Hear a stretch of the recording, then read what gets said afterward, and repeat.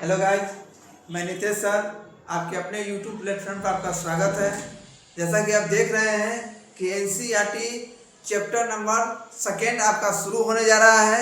तो आप देख रहे हैं एनसीईआरटी चैप्टर नंबर सेकेंड आपका शुरू हो रहा है और आपने बहुत अच्छा एनसीईआरटी 1 को देखा है, समझा है, तो इसके लिए बहुत बहुत धन्यवाद। और आपका एनसीईआरटी अच्छा चल रहा है, समझ में आ रहा होगा एनसीईआरटी, समझ में आ रहा है क्या एनसीईआरटी। तो जैसा कि आप देख रहे हैं कि बहुत सारे विभिन्न प्रकार से आपका तैयारी कराया जा रहा है ताकि आपको दिक्कत ना हो, ठीक है।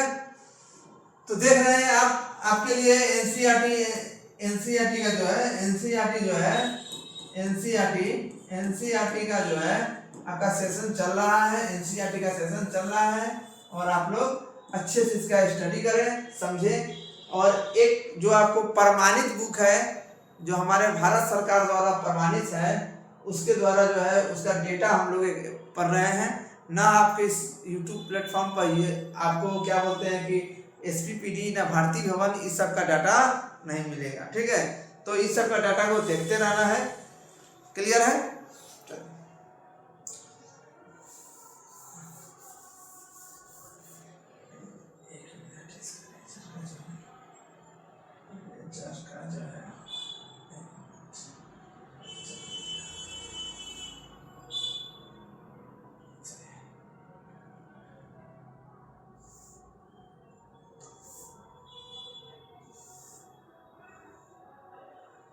वीडियो क्लियर है क्या?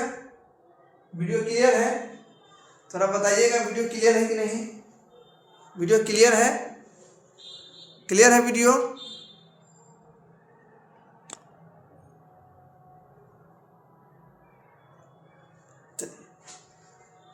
चलते हैं हम लोग क्लास को शुरू करते हैं। चैप्टर का नाम क्या है? भारत की भौतिक स्वरूप। भौतिक स्वरूप, भारत का भौतिक स्वरूप क्या है? भौतिक स्वरूप। यानी भौतिक का मतलब क्या होता है? जो इसका प्राकृतिक स्वरूप है, जो इसका प्राकृतिक स्वरूप है, जो इसका प्राकृतिक स्वरूप है, उसके बारे में हम लोग अध्ययन करेंगे। जो इसका प्राकृतिक स्वरूप है वो हम लोग अध्ययन करेंगे, ठीक है। थोड़ा सा कलम को ले लें।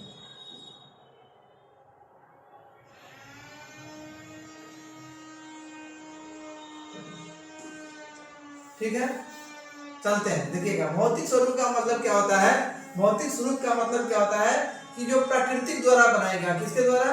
प्राकृतिक के द्वारा जो बनाया गया है उसकी बात हम लोग कर रहे हैं। एक मानवीय स्वरूप होता है, एक भौतिक स्वरूप होता है, ठीक है। तो क्या है, देखते चलिएगा आप लोग, यहाँ देखते चलिएगा,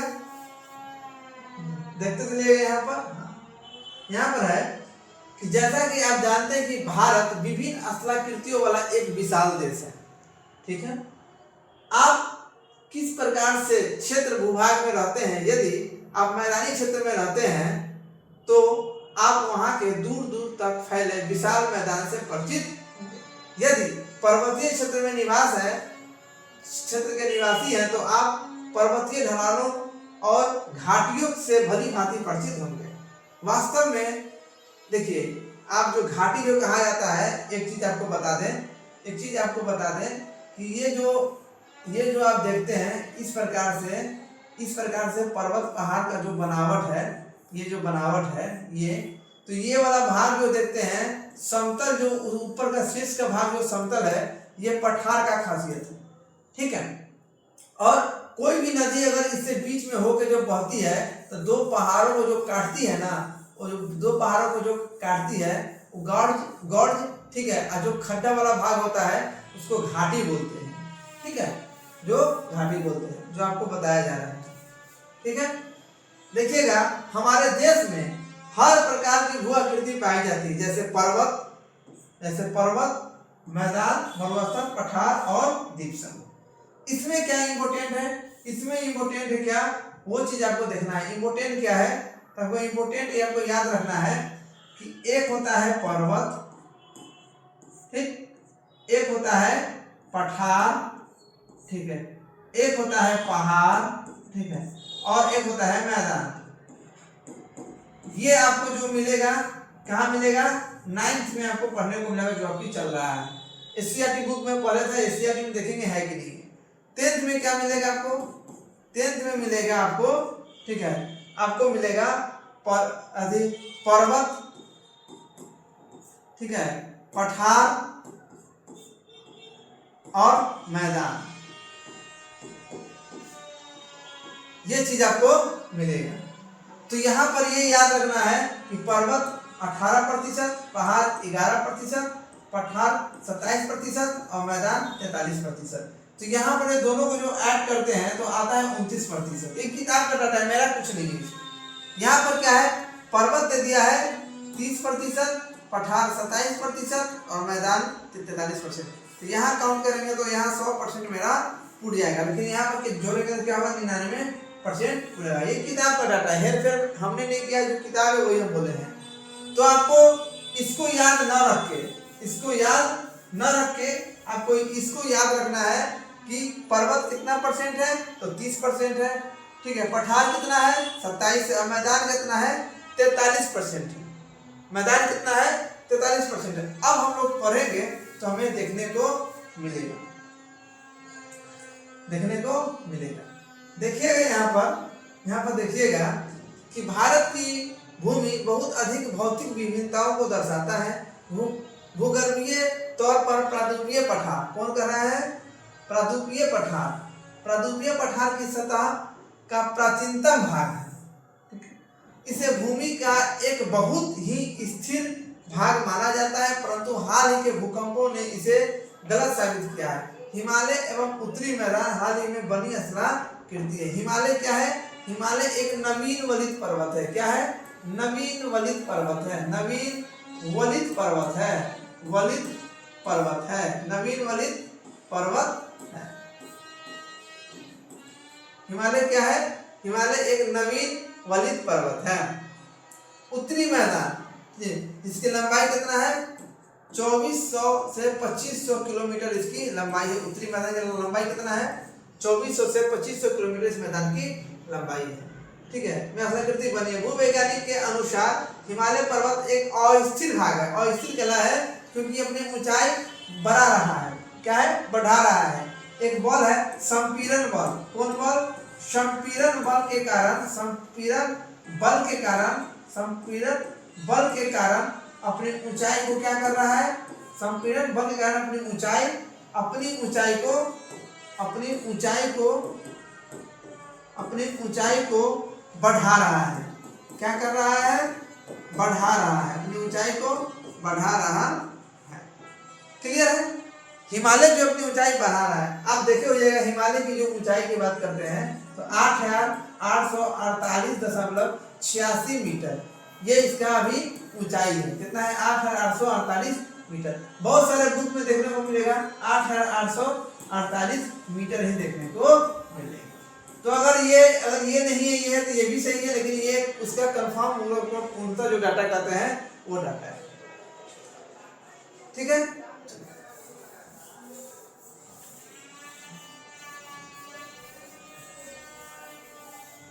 अब देखिएगा आगे क्या कहता है? अस्थिर भाग है, समझ गए? अस्थिर भाग है। हिमालय की पूरी पर्वत श्रृंखला एक युवा स्थलाकृति, युवा यानी नवीन वलित पर्वत है, वो दर्शाता है, जिसमें ऊंचे शिखर, गहरी घाटियां तथा तेज बहने वाली नदियां हैं। यानी आपको बताया जाएगा, मैप आया जाएगा तो गहरी घाटी जैसे आपको बताया है कि ये जो आप देख रहे हैं, ये वाला भाग देख रहे हैं, ये वाला भाग देख रहे हैं, ये वाला भाग देख रहे हैं, और ये वाला भाग जो आप देख रहे हैं, और धीरे धीरे ऐसे चला जाता है। तो ये वाला भाग है मैदानी, ये वाला भाग है पठारी, यह क्या है? पहाड़, यह पर्वत। पर्वत सबसे ऊंचा होता है, पर्वत से छोटा पहाड़ होता है, पहाड़ से छोटा पठार होता है। पठार में आपकी पहचान क्या है कि इसकी जो ऊपरी जो भाग है वो कैसा होता है? सपाट होता है, समतल होता है, ठीक है। और मैदानी भाग तो नीचे आप देख ही रहे हैं, वो समझाने की जरूरत नहीं है, क्योंकि मैदानी भाग में आप बहुत, ठीक है, मैदानी भाग को बहुत अच्छा तरीके से आप लोग जानते हैं, ठीक है। चलिए अब देखिएगा यहाँ पर बहने वाली नदियां हैं। हम लोग थोड़ा ऊपर करते हैं। अच्छा, थोड़ा इसको समझिएगा, ये बहुत ही इम्पोर्टेंट है, बहुत ही इम्पोर्टेंट है, इसको समझिएगा। ठीक है, ये जो देख रहे हैं यहाँ, आप अगर बीपीएससी के अगर स्टूडेंट हैं, अगर आप बीपीएससी के अगर स्टूडेंट हैं, बीपीएससी के अगर स्टूडेंट है बीपीएससी का, तो आपको कहाँ कहाँ फोकस करना है, हम टोटली चीज हम बता रहे हैं। सभी ऑल ऑफ जितना भी स्टूडेंट होंगे सबको ये क्लास फायदा करेगा। पहले बात कर लेते हैं ग्रंथि। पामीर ग्रंथि कितना कितना डिग्री के बीच है, तो 72 से 76 डिग्री के बीच में कौन सा ग्रंथि है, पामीर ग्रंथि। पामीर ग्रंथि भारत में नहीं, ठीक, वो सब ग्रंथि जो है पाकिस्तान और चीन में का भाग चला जाता है। हिंदू कोश पर्वत कहाँ है, तो पाकिस्तान में है, और कुर्नूल श्रेणी जो है तिब्बत का भाग चीन के पास है। ठीक है, तो अब इसमें आपको इम्पोर्टेंट क्या रखना है, ठीक है, इम्पोर्टेंट क्या रखना है, पामीर ग्रंथि। ठीक है, यह बहुत सारे आपको जो है मतलब कि टॉरस पर्वत, ठीक है, इस सब का भाग आएगा जो वर्ल्ड ज्योग्राफी पढ़िएगा। अभी देख लीजिएगा, आपको एक क्रम हम आपको याद रखते हैं, आपको याद करना है। एक डाटा है के एल जे पी एस, यानी 2 के एल जे पी एस। ठीक है, यानी के और एल जी पी क्या है, साथ में है, के और एल जी पी साथ में है, पूरा क्रम है। क से आपको कुर्नूल पर्वत याद रखना है, कुर्नूल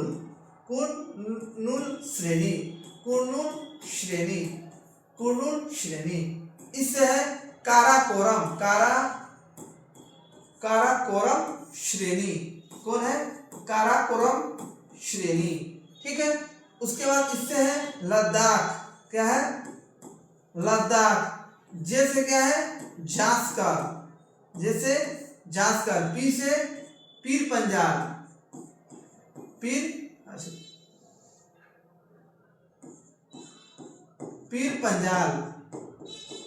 ठीक।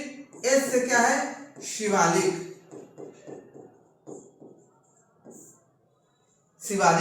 ये आपका जो क्रम देख रहे हैं, ये आपका जो क्रम है, ये आपका क्रम है।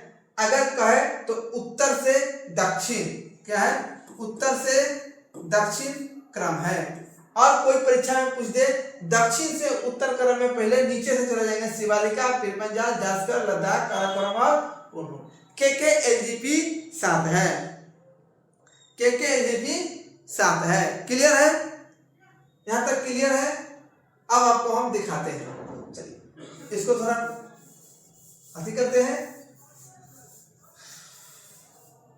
संसाधन की कुछ कमी है, नहीं तो आपको सब मिटाने की जरूरत नहीं होता, लेकिन चलिए जो है उसी में हमको पढ़ना है, उसी को देखना है। ठीक है, पहला क्या है, कुर्नूल। अब इस पर्वत की बात करते हैं, ये भारत से बाहर है। ठीक, तो भारत में क्या क्या है, तो भारत में है काराकोरम, लद्दाख, जास्कर। ठीक है, उसके बाद जास्कर, ये बात है पीर पंजाल, ये क्या है, शिवालिक। ठीक है, थोड़ा सा हम इसको कलर करते हैं, थोड़ा आपको समझ में आएगा, कलर करते हैं, समझ में आएगा। ये देख रहे हैं, ये वाला भाग, ये देख रहे हैं, ये वाला भाग, ये वाला भाग देख रहे हैं, ये वाला भाग, ये वाला भाग, ये क्या है, काराकोरम, लद्दाख, जास्कर, पीर पंजाल, और ये है शिवालिक। ये देख रहे हैं, क्रम में है। ठीक है, तो आप देख रहे हैं सबसे ज्यादा चौड़ाई हिमालय की यहीं पर है, और सबसे कम चौड़ाई आपको यहाँ पर मिलेगा, असम के पास, अरुणाचल प्रदेश के पास। ठीक है, यहाँ 400 किलोमीटर, 400 मीटर इसकी चौड़ाई है। वो सब आपको बताएंगे, पहले इस क्रम को आप याद कर लीजिए, क्या कि चैप्टर बहुत बचा हुआ है, अभी चैप्टर खत्म होने में हर आने की बात नहीं। अब देखिएगा ये जगह तिब्बत है, तो चीन का, ये चीन है, ऊपर चीन है, चीन का एक नीचे भाग आएंगे तो क्या है, तिब्बत।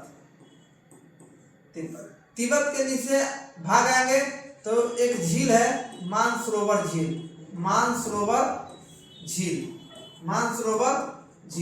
इसके नीचे आएंगे तो एक जगह है चेमाडूंग।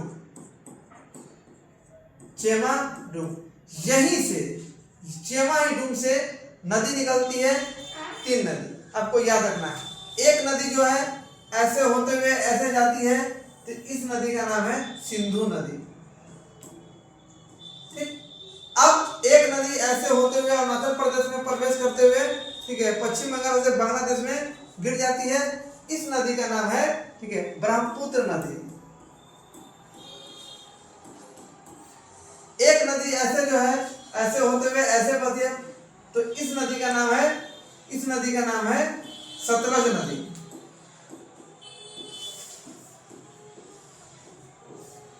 सतलज नदी। ठीक, तो तीन नदी यहाँ से फेमस है। नदी की क्लास में अपवाह तंत्र इसका आपका, और इसके बाद अगला चैप्टर है, इसके बारे में भी बताया जाएगा। ठीक है, तो चीन, चीन के नीचे तिब्बत, तिब्बत के नीचे मानसरोवर, मान नीचे चेमाडुंग जगह है। ये चेमाडुंग के बारे में आपको याद रखिए, चेमाडुंग जहाँ से नदी, तीन नदी निकलती है। क्लियर है? हमको भटकना नहीं है, क्योंकि हम नदी नहीं पढ़ा रहे हैं आपको, जो है नदी नहीं पढ़ा रहे हैं। जिस दिन नदी का क्लास होगा उस दिन आपका चलेगा। अभी फिलहाल आपको देखा रहे हैं।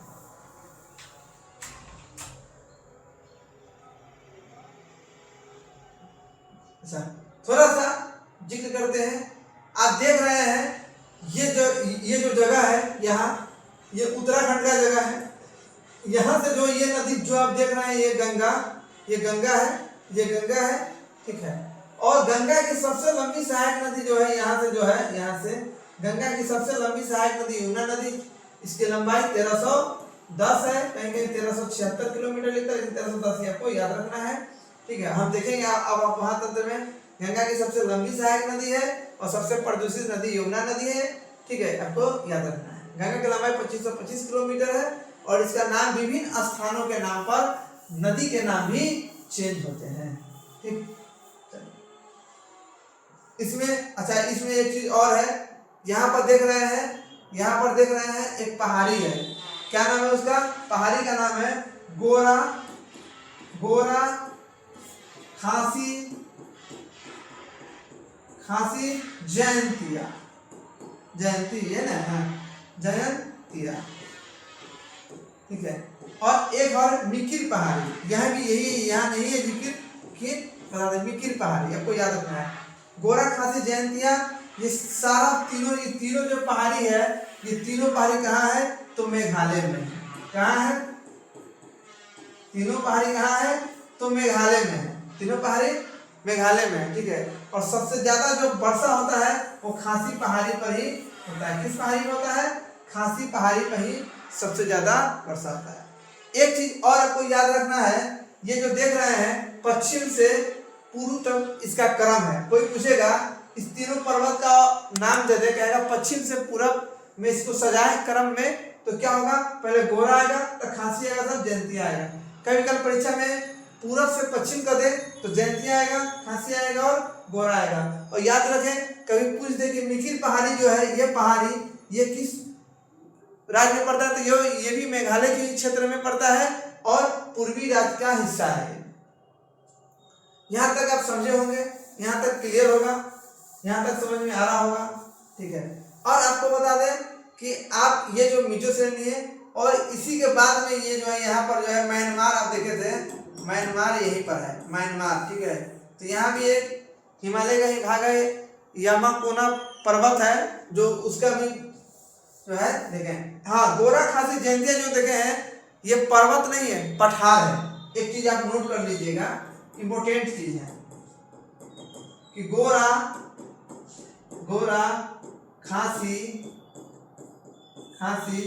जयंतिया ये पठार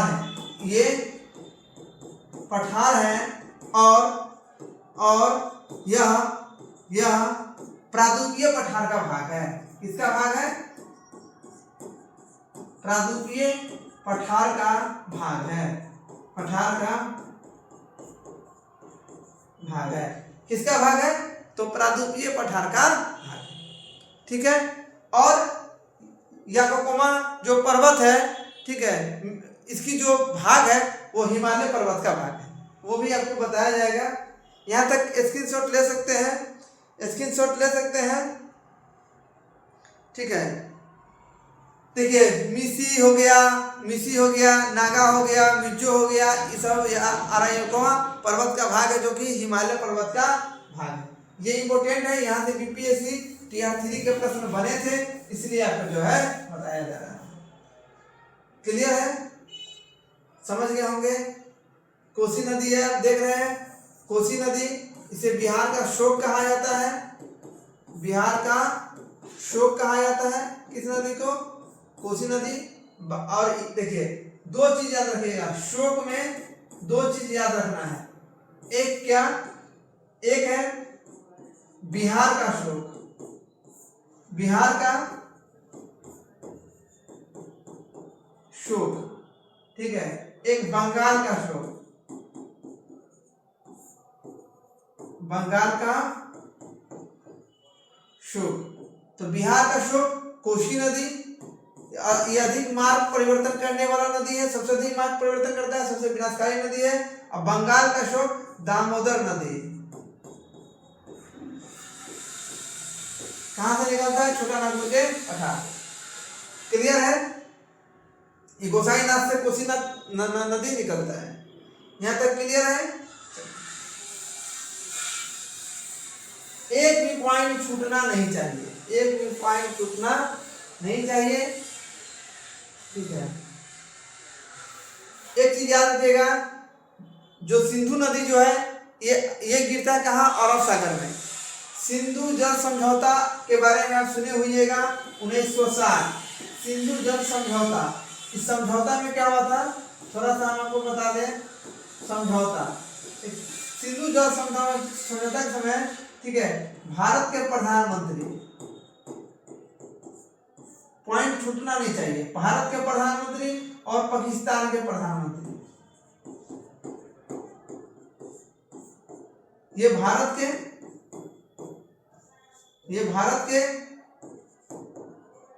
ये पाक के।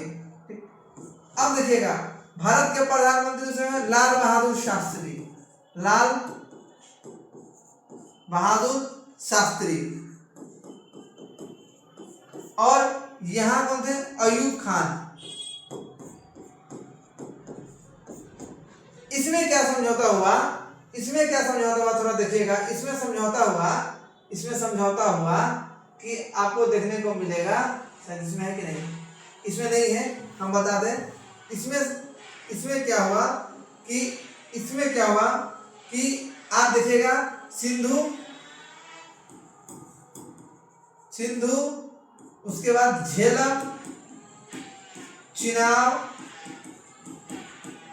चिनाब, रावी, व्यास और सतलज, ठीक। तो सिंधु की सहायक नदी है, तो ऊपर से तीन नदी, सिंधु, झेलम और चिनाब, इस तीन नदी का पानी का 80% यूज कौन करेगा, तो पाकिस्तान करेगा, ठीक। और 20% कौन करेगा, तो भारत करेगा। नीचे का तीन नदी,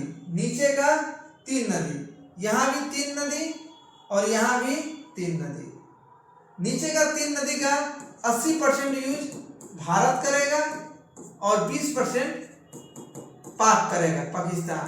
यही समझौता सिंधु जल समझौता हुआ था, लेकिन मोदी जी इस समझौता को वर्तमान में तोड़ चुके हैं और बहुत सारा विवाद हुआ था।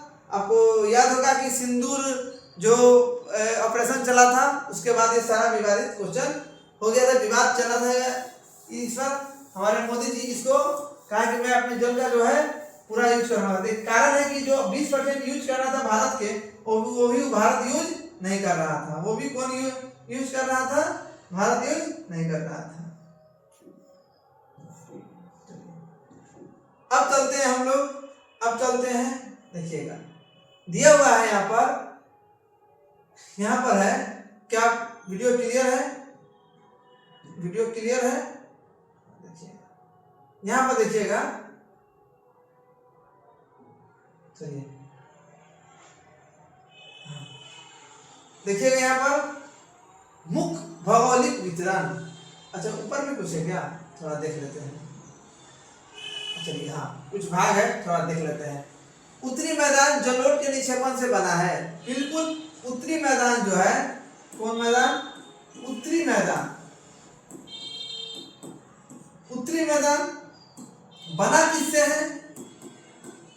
बना है जलोढ़ के निक्षेपण से, जलोढ़ के निक्षेपण से, यानी कहने का मतलब है जो नदी जो द्वारा जो मिट्टी लाई जाती है उससे जो बना हुआ है। उत्तर मैदान की जो लंबाई कहते हैं लगभग 24 से 2500 किलोमीटर इसकी लंबाई है।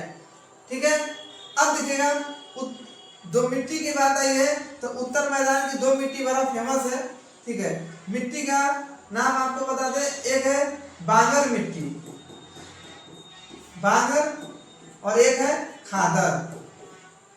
ठीक, बांगर जो होता है ये पुरानी मिट्टी होता है और खादर ये नई मिट्टी होता है। तो ये जो होता है कंकर उनकर वाला पत्थर होता है, कंकर युक्त होता है, मतलब कंकर इसमें होता है, कंकर होता है, और ये कंकर युक्त होता है, इसमें कंकर नहीं होता है।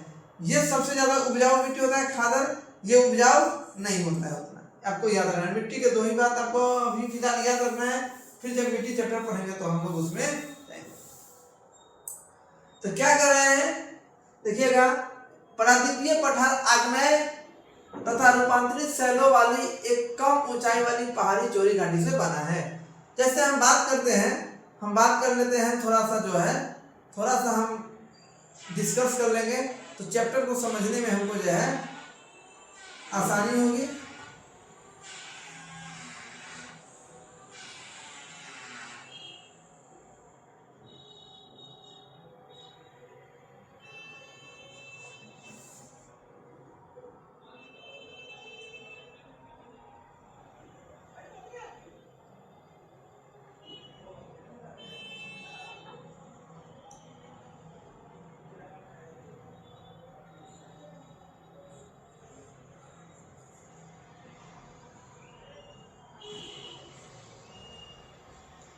क्या क्लियर है? पूरा क्लियर दिख रहा है? क्लियर दिख रहा है? चलिए,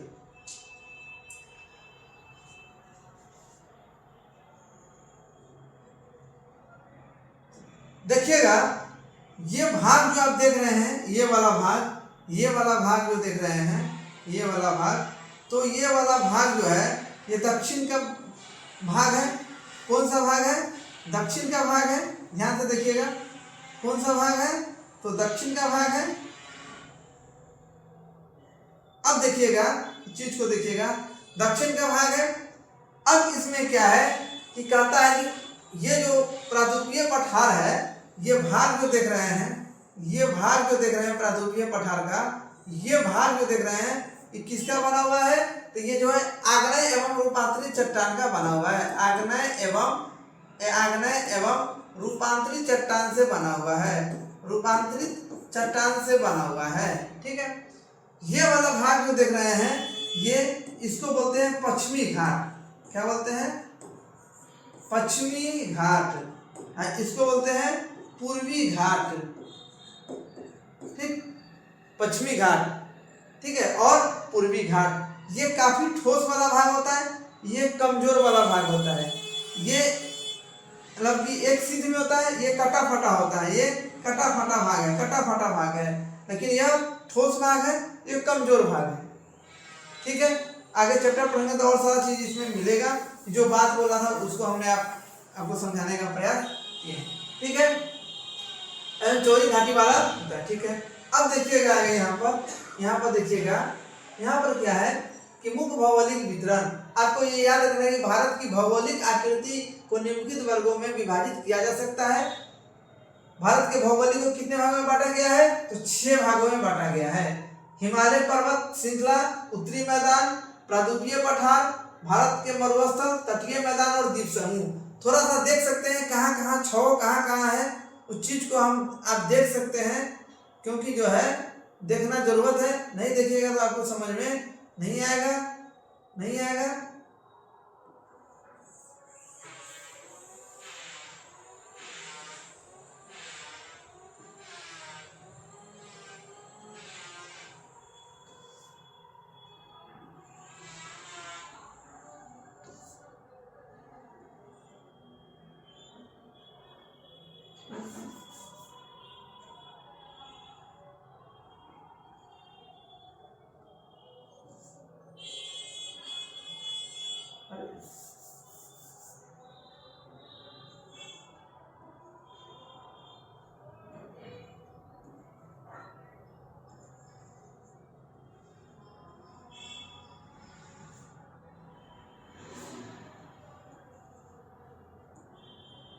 थोड़ा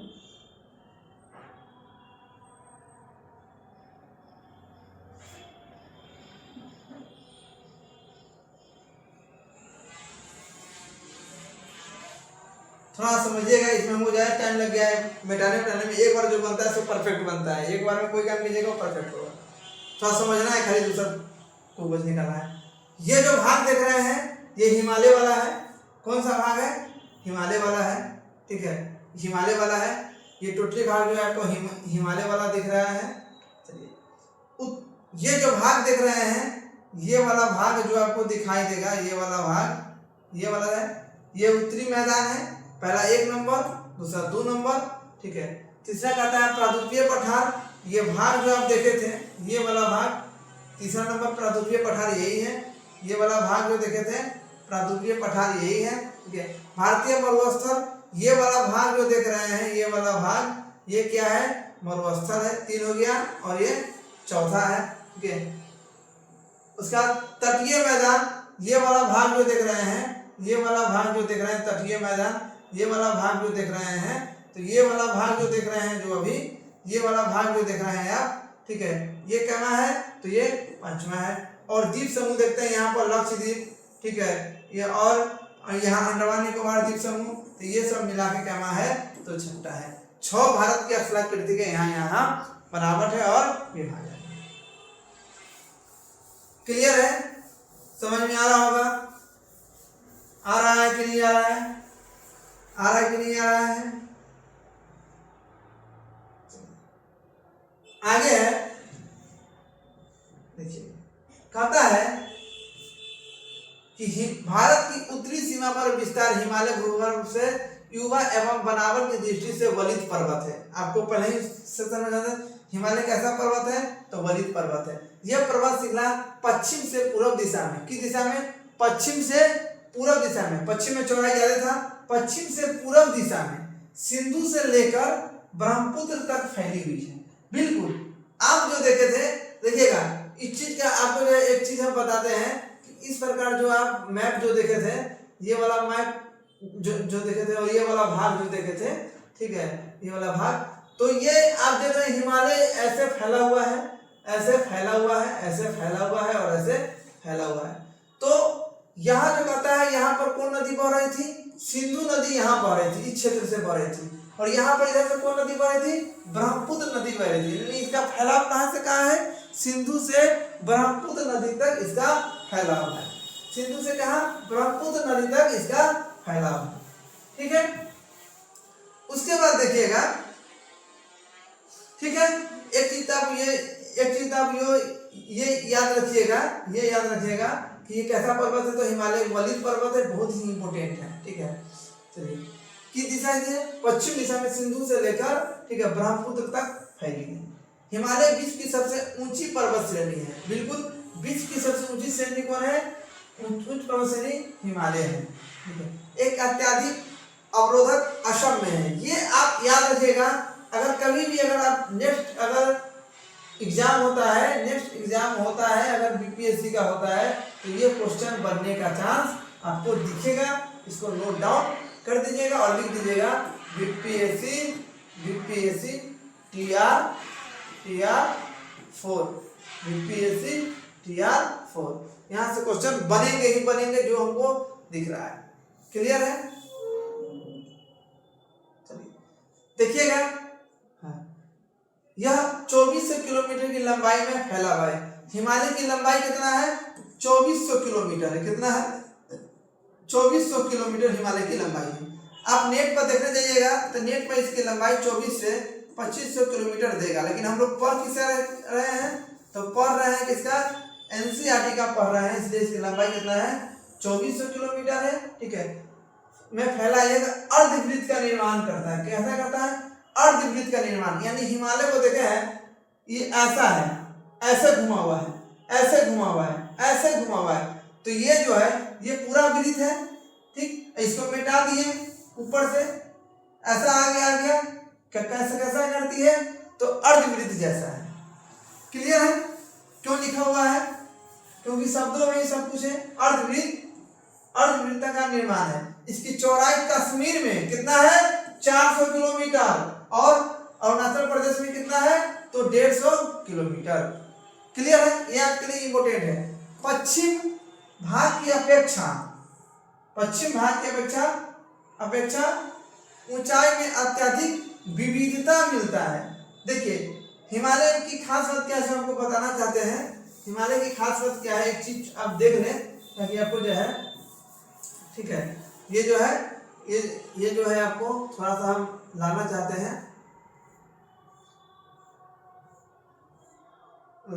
हैं एक मिनट प्रीवियस, हाँ ये थोड़ा देखिएगा, ये देखिएगा यहाँ पर।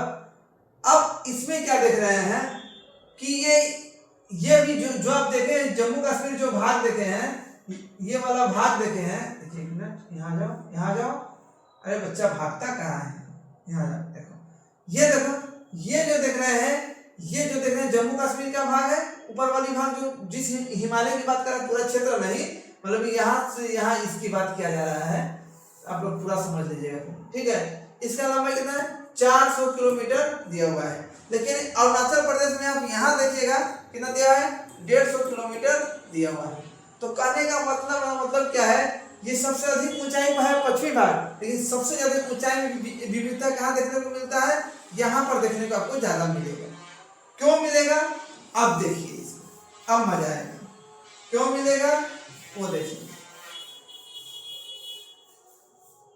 आप जैसे जानते हैं, नाम सुने होइएगा माउंट एवरेस्ट, क्या नाम सुने हैं, माउंट एवरेस्ट नाम सुने होइएगा माउंट एवरेस्ट। दूसरा का नाम सुनो होइएगा गॉडविन आइंस्टीन, कौन, गॉडविन आइंस्टीन। तीसरा नाम सुने होइएगा, तीसरा नाम क्या सुने होइएगा, कंचनजंगा, जो विवादित क्वेश्चन है उसमें है कंचनजंगा। अब देखिए, अब इसमें नोट डाउन क्या करना है, वो आपको याद रखना है, नोट डाउन करना है, ठीक है, नोट डाउन करना है, ठीक है, नोट डाउन करना है। अब देखिएगा, अब यहाँ पे ये देखिएगा कि माउंट एवरेस्ट जो है, ठीक है, इसकी ऊंचाई कितना है 8,848 मीटर, ठीक, 8,848 मीटर। नया डाटा में क्या मिलता है, ठीक है, नया डाटा में क्या मिलता है, ठीक है 8,000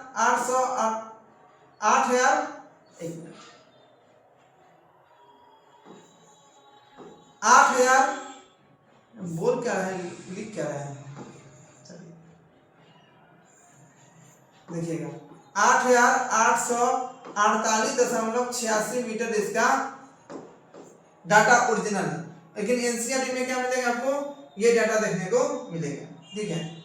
आइए पूर्णतः कहाँ है, तो पूर्णतः नेपाल में है, कहाँ है, नेपाल में है, कहाँ है तो नेपाल में है, ठीक है। गॉडविन आइंस्टीन क्या है, इससे है 8,000, ठीक है 8,558, ठीक है, और इसका है 8,000 कितना है, थोड़ा डाटा देख लेते हैं। 8,000 डाटा नहीं गलत है, हम क्या अभी पढ़ेंगे तो आएगा, ठीक है। इसका जो है कंचनजंगा का है 8,558, गॉडविन आइंस्टीन 8,558, अच्छा देख लेंगे इसका, ठीक है। इसका जो है 8,481 के आसपास में इसका होना चाहिए, ठीक है, लगभग डाटा चेक कर लेंगे, ठीक है। लेकिन ये पूर्णतः क्या है, नेपाल में है। ये कहाँ है, ये वाला भाग जो आप देख रहे हैं, ये कुछ भारत में पड़ता है और कुछ नेपाल साइड में पड़ता है, लेकिन ये जो वाला भाग देख रहे हैं कंचनजंगा, ये पूर्णतः भारत में है। कहाँ पर, सिक्किम की तरफ, कहाँ, सिक्किम राज्य, वही सिक्किम राज्य जिसकी स्थापना 1975 में हुआ था, सिक्किम राज्य, ठीक है। कहाँ पर, सिक्किम राज्य देखिएगा, ठीक है। आपको जो है ऊँचा वाला भाग जो होगा सिक्किम होगा, ज्यादा जूम है, ठीक है, दिख नहीं रहा है, लेकिन ये वाला भाग जो देखिए कंचनजंगा लिखा हुआ, ये वाला भाग है कहाँ है, सिक्किम में, ठीक है। ये पूर्णतः भारत में। लेकिन अगर एग्जाम में प्रश्न बनेगा क्या बनेगा, एग्जाम में प्रश्न बनेगा कि भारत की सबसे ऊंची चोटी, तो गोडविन आइसटी। आप क्वेश्चन में लिखते भारत में पूर्णतः आ जाए, भारत की पूर्णतः सबसे ऊंची लंबी चोटी कौन है, तो कंचनजंगा। पूर्णतः लिखेगा तब, नहीं तो सबसे ऊंचा गोडविन आइसटी भारत का, और पूरे देश का कहेंगे, पूरे विश्व का कहेंगे तो माउंट एवरेस्ट जो नेपाल में पड़ता है। हमें लगता है यहाँ तक आपको समझ में आया होगा, यहाँ तक समझ में आया होगा, यहाँ तक समझ में आया होगा। ठीक है, ये सब बता दिया गया है। अब देखिएगा, चीज को देखिएगा, आइए गया डाटा। ठीक है, देखिएगा क्या है इसमें, तो हिमालय, अपने पूरे देशांतरिक विस्तार में हिमालय को 3 भागों में बांटा गया है। बिल्कुल, आप महान हिमालय बोल सकते हैं, या पार हिमालय बोल सकते हैं, या हिमाद्री बोल सकते हैं, आएगा नाम। ठीक है, उसके बाद लघु हिमालय या निम्न हिमालय, ठीक है, या मध्य हिमालय बोलते हैं, और सबसे बाहरी हिमालय है शिवालिक, सबका नाम देखने को मिलेगा। तो पूरे हिमालय को कितने भागों में बांटा गया है, तो 3 भागों में बांटा गया है। कितने भागों में बांटा गया है, तो 3 भागों में बांटा गया है, ये याद रखिएगा। कितने भागों में बांटा गया है, तो 3 भागों में बांटा गया है। कितने भागों में, तो 3 भागों में बांटा गया है। 1 मिनट, थोड़ा जो है ना,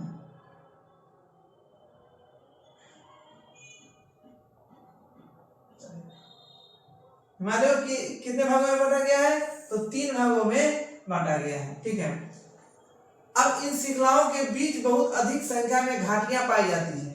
बिल्कुल बात सही है। सबसे उत्तरी भाग में स्थित श्रृंखला को महान हिमालय, या वो उसको महान हिमालय बोल सकते हैं, या उसको आप आंतरिक हिमालय बोल सकते हैं, या उसे आप हिमाद्री बोल सकते हैं। मतलब कि इनका तीनों नाम आपको याद रखना है एक ही हिमालय का, या तो महान हिमालय बोल दीजिए, आंतरिक हिमालय बोल दीजिए, या हिमाद्री बोल दीजिए। ठीक है, यह सबसे अधिक सतत श्रृंखला है। सतत यानी लगातार, सतत यानी लगातार श्रृंखला है, जिसमें 600 मीटर से औसत की ऊंचाई वाले सर्वाधिक ऊंचे शिखर है। यानी कहने वाला औसत एवरेज कहा जा रहा है, कम से कम उसकी ऊंचाई कितना है, 600 मीटर से ऊपर वाली, ठीक, जो शिखर है। इसमें हिमालय के सभी मुख्य शिखर है। असल किसका है भाग है, तो हिमालय का ही भाग है, ये कहा जा रहा है। अब देखिएगा, यहाँ देखिएगा माउंट एवरेस्ट पूर्णतः कहाँ है, तो नेपाल में है, जिसकी लंबाई क्या है, 8848। यहाँ आपको याद रखना है, कभी क्वेश्चन में अगर देते 8848.86 मीटर, तो ये आपका सही होगा। कंचनजंगा पूर्णतः भारत में है, 8558। मकालू कितना है, नेपाल में है।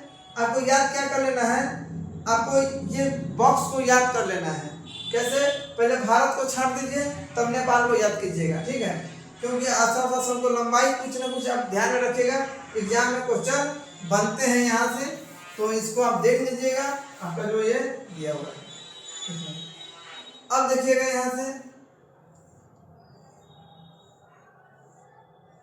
यहाँ देखिएगा,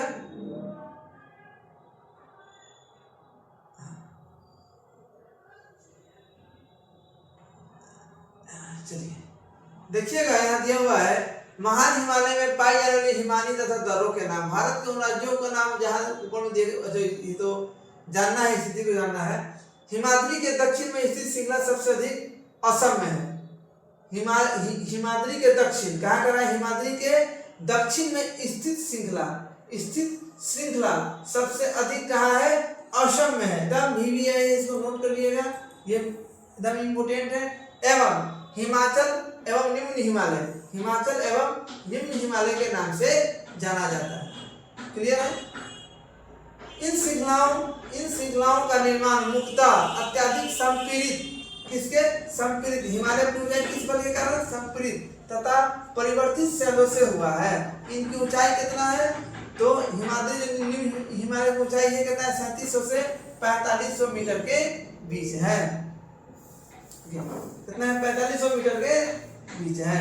एक डाटा आपके लिए छाट के हम लाएंगे, इसके टेंशन मत लीजिए। ठीक है, तथा औसत चौड़ाई कितना है, 50 किलोमीटर है। जबकि पीर पंजाल श्रृंखला सबसे लंबी एवं सबसे महत्वपूर्ण श्रृंखला है। तो कहेगा हिमालय की सबसे लंबी श्रृंखला कौन है? हिमालय की सबसे लंबी श्रृंखला कौन है? पीर पंजाल है। ये आपको इम्पोर्टेंट है, ये आपको बीपीएससी TR3 में क्वेश्चन यहीं से बने थे। TR3 में क्वेश्चन यहीं से बने थे, ये आपको याद रखना है। क्लियर है?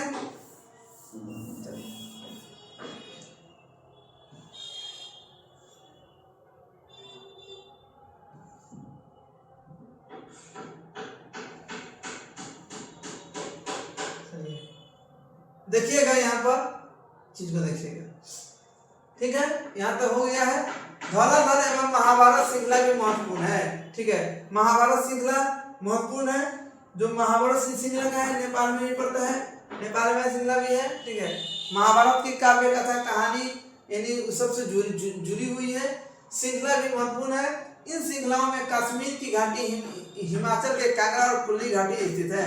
देखिए कांगड़ा और कुल्ली घाटी, कांगड़ा और कुल्ली घाटी कहाँ है? तो हिमाचल घाटी जो कश्मीर में पड़ता है। क्या पड़ता है? कश्मीर में पड़ता है, जो हिमाचल का भाग है। ये सेब के लिए काफी फेमस है, ठीक है। इस क्षेत्रों को पहाड़ी नगरों के लिए जाना जाता है।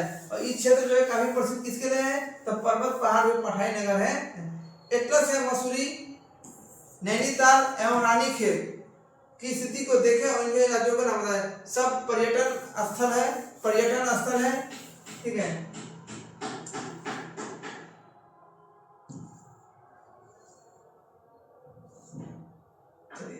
अब देखिएगा, यहाँ देखिएगा हिमालय की सबसे बाहरी श्रृंखला शिवालिक है।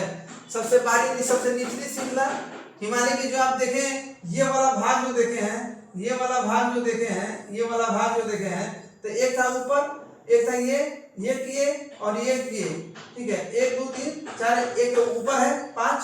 तो ये जो श्रृंखला है, ये जो है यही बाहरी हिमालय क्या है? ये क्या है? तो बाहरी हिमालय क्या है? क्या है? बाहरी हिमालय का भाग है, जिसको हम लोग शिवालिका बोलते हैं। क्या बोलते हैं?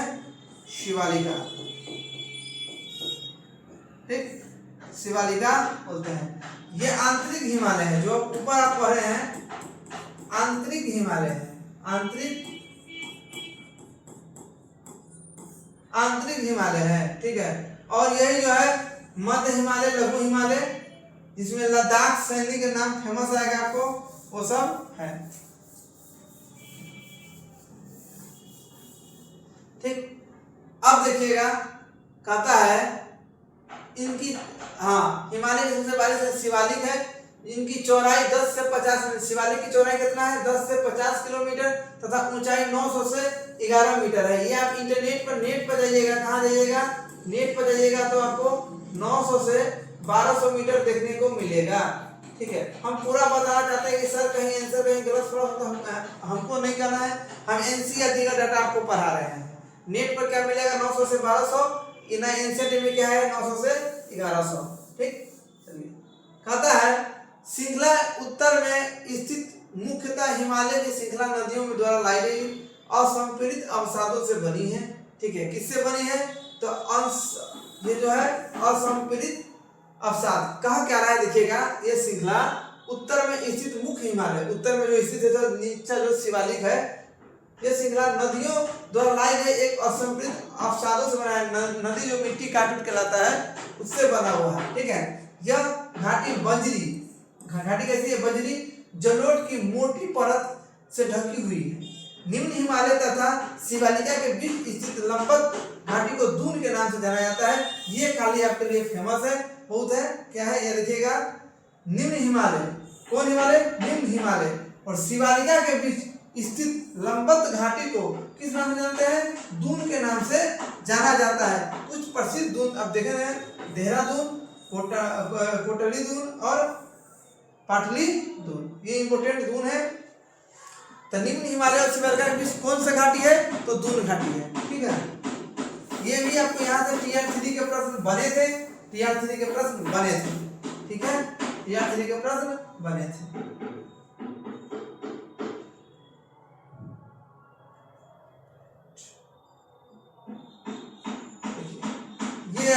थोड़ा देख लीजिएगा, ये आपको जो है मैप को थोड़ा हम लोग चीजों को समझेंगे। क्लियर है? फोटो दिख रहा है? फोटो दिख रहा है? चलिए, नहीं दिखेगा तो बोलिएगा, ठीक है। क्लियर है?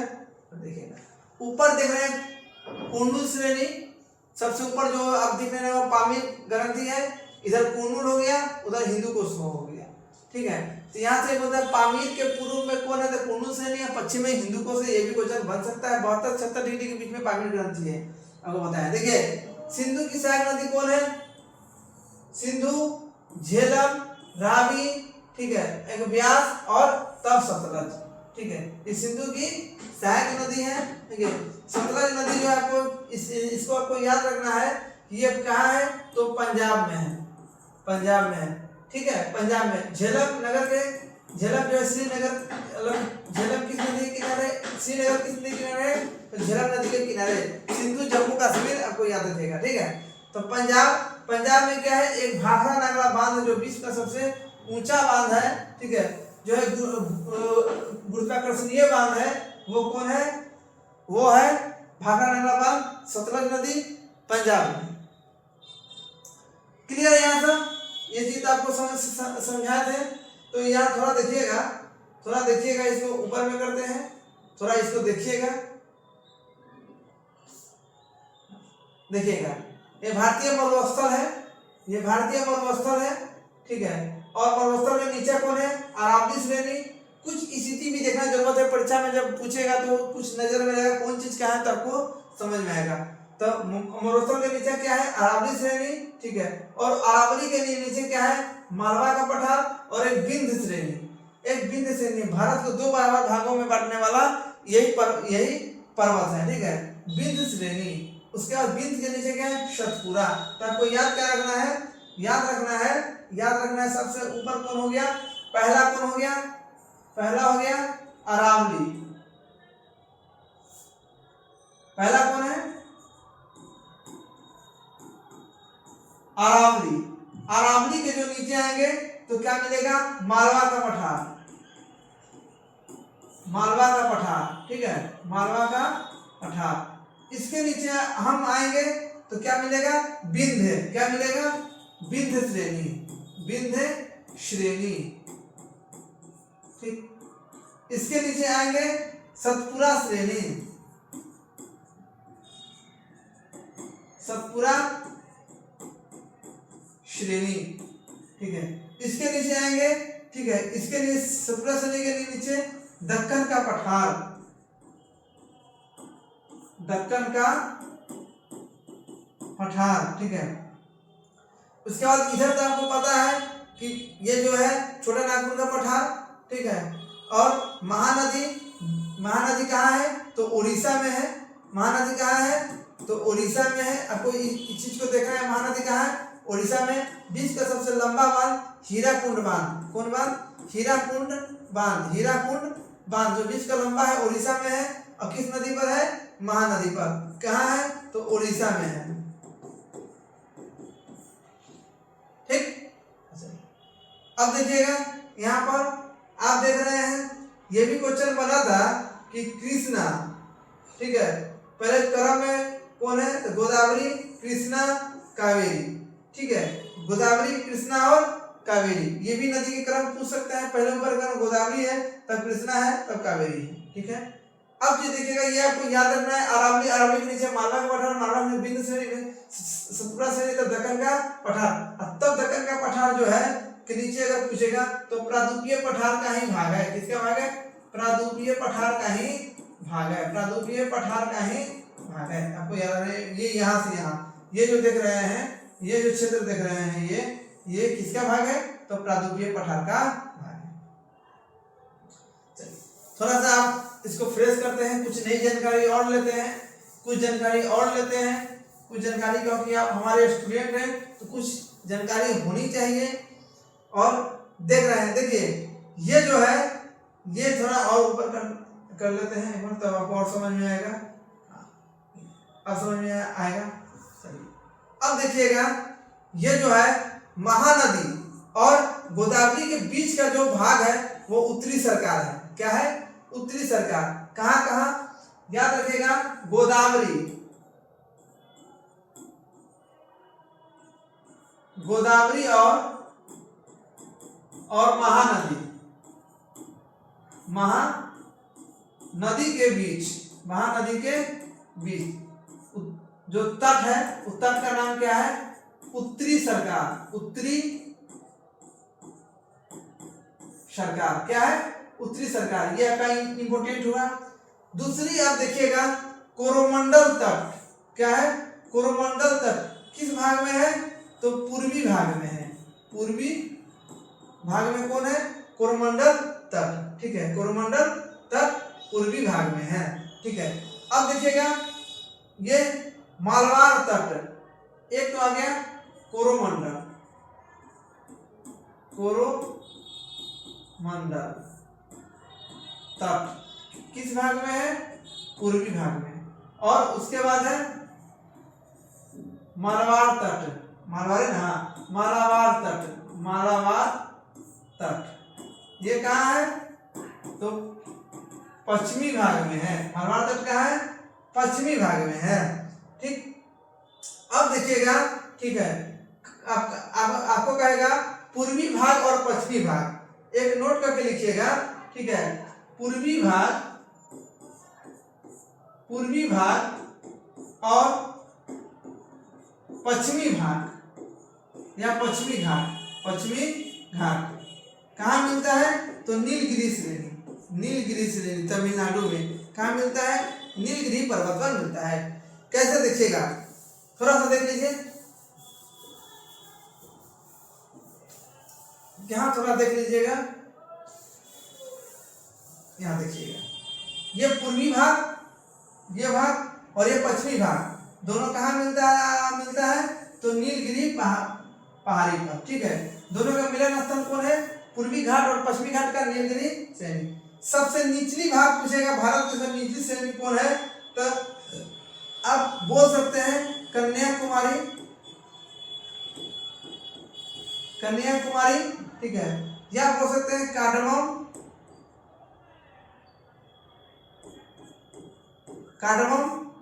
कार्डमम पहाड़ी,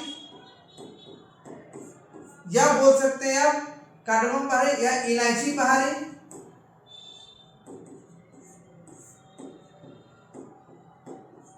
इलायची पहाड़ी। ठीक है, और ये हो गया, ये तीन आप बोल सकते हैं सबसे निचली बिंदु कौन है? यही तीनों है। और यहीं पर तमिलनाडु है। कहाँ है? तमिलनाडु का एक जगह है, यहाँ से धनुषकोडी,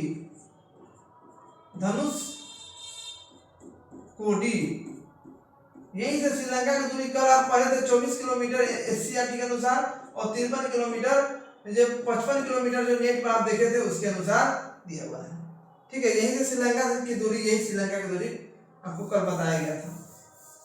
ठीक, तो ये आपको याद रहना चाहिए, ये आपको याद में। हाँ, एक दिखेगा महेंद्रगिरी। ठीक है, ये भी एनसीईआरटी में पूर्वी घाट की सबसे ऊंची चोटी दे रही है, लेकिन बीपीएससी ने इसका आंसर गलत लिया था। अब इसका आंसर सही कैसे होगा?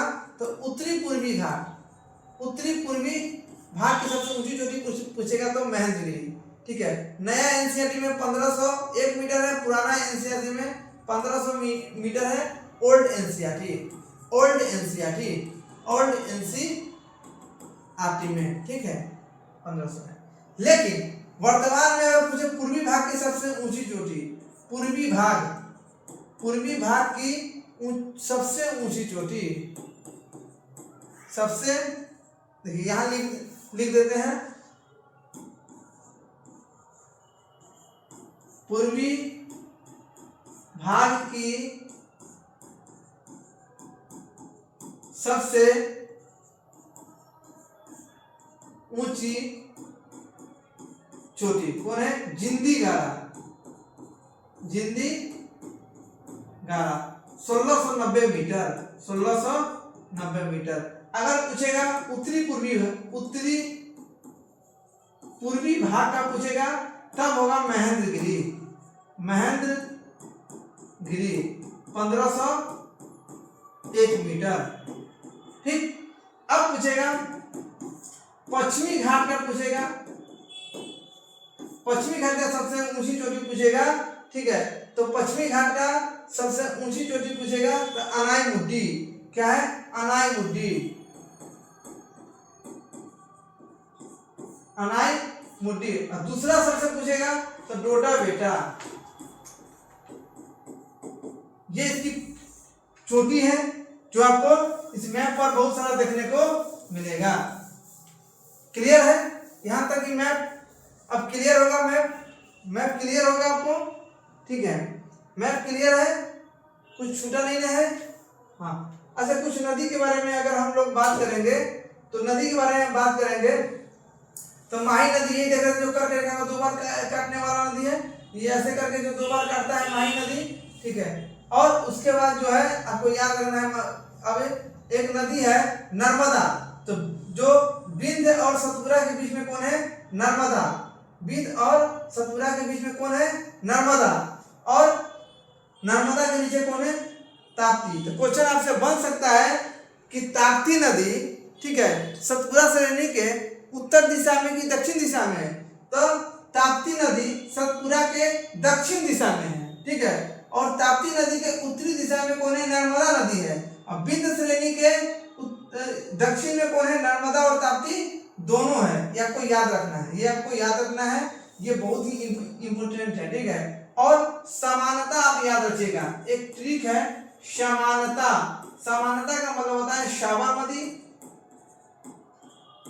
साबरमती, ठीक है, म से माही नदी, न से नर्मदा नदी, तो से ताप्ती नदी, ये ताप्ती नदी, ये सब कहाँ गिरता है, सब अरब सागर में गिरता है, मिस लंदन, ठीक, समझ गए। बाकी सारी नदियां जो है मतलब 77% नदियां कहाँ गिरता है, 77% नदियां गिरता है बंगाल की खाड़ी में, बंगाल की खाड़ी कहाँ गिरता है, बंगाल की खाड़ी, और 23% नदियां कहाँ गिरता है, तो अरब सागर। क्लियर है, यहाँ तक समझ में आ रहा होगा, ठीक है, यहाँ तक समझ में आ रहा है, ठीक है। ये जो है ब्रह्मपुत्र नदी को तिब्बत में सांगपो के नाम से जानते हैं, ठीक है। ब्रह्मपुत्र जब गंगा में बांग्लादेश में प्रवेश करता है, ठीक है, तो उसको जमुना के नाम से जानते हैं, और गंगा नदी जब बांग्लादेश में प्रवेश करता है तो पद्मा के नाम से जानते हैं। जब दोनों नदी एक इधर से और एक इधर से आकर जब दोनों जहां मिलता है उसको जो है मेघना के नाम से हम लोग जानते हैं, मेघना के नाम से जानते हैं, ठीक। जमुना और पद्मा जहां मिलता है दोनों एक धारा बन जाता है, उसको मेघना के नाम से हम लोग जानते हैं, ये आपको याद रखना है, ठीक है, ये आपको याद रखना है। बहुत सारा नदी है जिसका स्थान जो है स्थान के अनुसार नाम चेंज हो जाता है। क्लियर है, चलो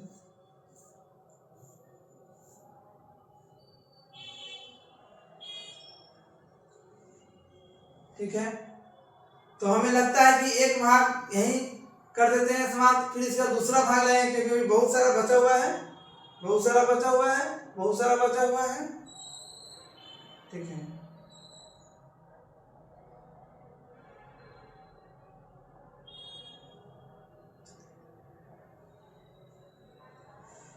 अब ये आप देख सकते हैं, कौन सा पानी का व्यवस्था कीजिएगा, देखिएगा तो पानी थोड़ा, ठीक है। देखिएगा उत्तर दक्षिण के अतिरिक्त हिमालय के पश्चिम से पूर्व स्थित क्षेत्र के आधार पर भी विभाजित किया गया है। बिल्कुल सही बात है, थोड़ा सा इसको जूम कर देते हैं ताकि वो दिखाई दे।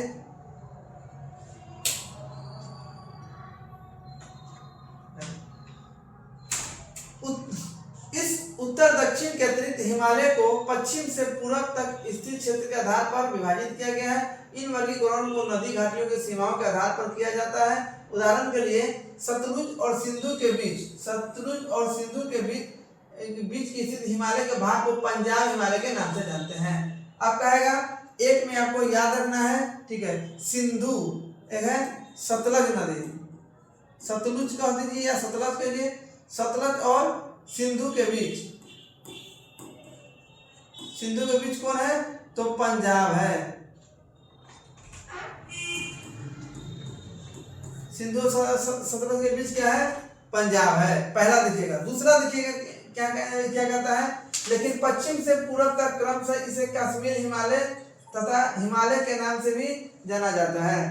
ठीक है, आप लोग देखिए थोड़ा,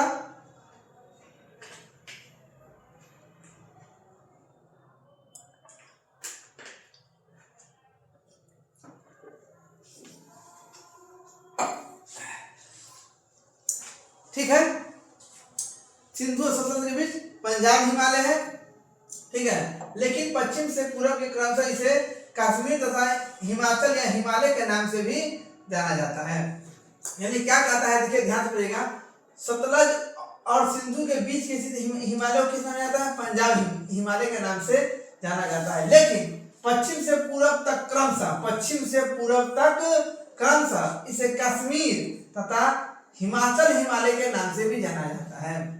ठीक है, यानी पंजाब हिमालय को किस नाम से जाना जाता है, पंजाब हिमालय को, जो पंजाब हिमालय है, पंजाब हिमालय है कौन, पंजाब हिमालय को किस नाम से, हिमाचल हिमालय के नाम से भी जाना जाता है। हिमाचल हिमालय के नाम से, हिमाचल हिमालय के नाम से भी जाना जाता है, हिमाचल हिमालय के नाम से जाना जाता है। सतलुज और काली, दूसरा पॉइंट आता है सतलज और काली, सतलज और काली, ठीक है। इसके बीच, काली के बीच हिमालय किसी भी कुमाऊं हिमालय के नाम से जानते हैं। कौन हिमालय, कुमाऊं हिमालय, ठीक है, कुमाऊं हिमालय के नाम से जानते हैं। तीसरा देखिएगा, तीसरा देखिएगा, ठीक है, कौन नाम से जानते हैं, काली तथा तीस्ता के बीच। अब कौन है, काली और तीस्ता, ऐसे ही आप लोग को बना लेना है, एग्जाम में आपको छूटे ना,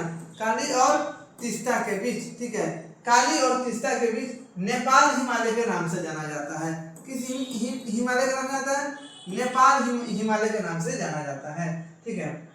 और तीस्ता और दिहांग के बीच असम हिमालय के नाम से जाना जाता है। चौथा, तीस्ता और दिहांग, तीस्ता और दिहांग के बीच असम हिमालय के नाम से जाना जाता है। यह बहुत अच्छा है, आप नोट डाउन कर सकते हैं, नोट डाउन करते चलिएगा, देखते चलिएगा, ठीक है। बहुत सारे इंपोर्टेंट भाषा आपको जो आपको बताया जा रहा है, ठीक है। उसके बाद, ठीक है, आगे चलते हैं हम लोग।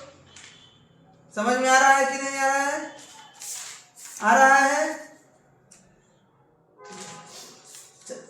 बहुत अच्छा। कम से कम चैनल को लाइक और सब्सक्राइब जरूर करें, ठीक है, करते रहिए। और अच्छा लगे तो इस चैनल को भी प्रमोट कीजिए, आगे बढ़ाइए, बच्चों को कन्वर्ट कीजिए, ताकि बच्चे भी सबसे समझे, ठीक है। चलिए, और एक चीज और यहाँ पर हम ऐड करना चाहते हैं, घाघर और तीस्ता, घाघर और तीस्ता के बीच, घाघर और जो है, घाघर और तीस्ता के बीच जो है गंगा का मैदान है। किसका मैदान है, गंगा का मैदान, गंगा का मैदान। घाघर और तीस्ता के बीच कौन है, गंगा का मैदान। पहला आपको याद रखना है, ठीक है, पहला याद रखिएगा, सिंधु और सतलज पूछे, यानी एस तो क्या निकल जाएगा, पी, एस पी, यानी सिंधु और सतलज के बीच कौन है, पंजाब हिमालय। सतलज और काली, एस और के बीच है तो फिर के, ठीक है। सतलज और काली के बीच कुमाऊं हिमालय है। काली और तीस्ता, यानी के और एस के बाद कौन है, काली और तीस्ता के बीच नेपाल हिमालय है, ठीक है। तीस्ता और दिहांग के बीच असम हिमालय है। घाघर और तीस्ता के बीच गंगा का मैदान है। ये आपको इस चैप्टर से एक एक इम्पोर्टेंट टॉपिक जो है इतना मेहनत करके बताया जा रहा है आपको। आप कम से कम इसको नोट अगर बना लेते हैं, लिख लेते हैं, वीडियो को अगर स्लो करके देख के लिख लेते हैं, तो बेशक आपको इसको काफी बहुत बेनिफिट देखने को मिलेगा। चलिए आगे देख लेते हैं, यहाँ तक तो हो गया है, हाँ चलिए, ठीक है। हिमालय के कुछ क्षेत्रीय नाम ज्ञात कीजिए। अब देखिए, आप हिमालय का नाम देखिएगा, महाराष्ट्र में, गोवा में सह्याद्री के नाम से जाना जाता है, ठीक है। उसके बाद सह्याद्री, अनेक नाम है, स्थान के अनुसार अलग नाम है, आएगा आपको बता देंगे। ब्रह्मपुत्र हिमालय की सबसे पूर्वी सीमा बनाती है। आप देखे थे हिमालय जो है, आप इस प्रकार जो मैप देखे थे, इस प्रकार जो मैप देखे थे, देखिएगा ये हम चाहते हैं कि आपको इसके बाद दोबारा जो ज्योग्राफी पढ़ना ना पड़े जो है आपको, इसलिए हम जो है इतना डिटेल्स में आपको बता रहे हैं कि ये जो देखते थे ये सीमा कौन थी सर, ये जो है पूर्वी सीमा बनाता था कौन, ठीक है, ये नदी जो है ब्रह्मपुत्र नदी कौन सा सीमा है, हिमालय की पूर्वी सीमा बनाने वाली नदी कौन है, तो ब्रह्मपुत्र नदी। ब्रह्मपुत्र नदी का सबसे बड़ा द्वीप का बात करेंगे, सबसे बड़ा द्वीप कौन है, तो माजुली द्वीप। कौन है, माजुली द्वीप सबसे बड़ा है, सबसे बड़ा। और छोटा की बात करेंगे तो उमाद द्वीप। कौन है, उमाद द्वीप, ये छोटा है। ये क्या है, छोटा कौन है, उमाद द्वीप सबसे छोटा है। यही पूर्वी सीमा बनाता है। क्या बनाता है, ये जो देख रहे हैं, ये पूर्वी सीमा बनाता है।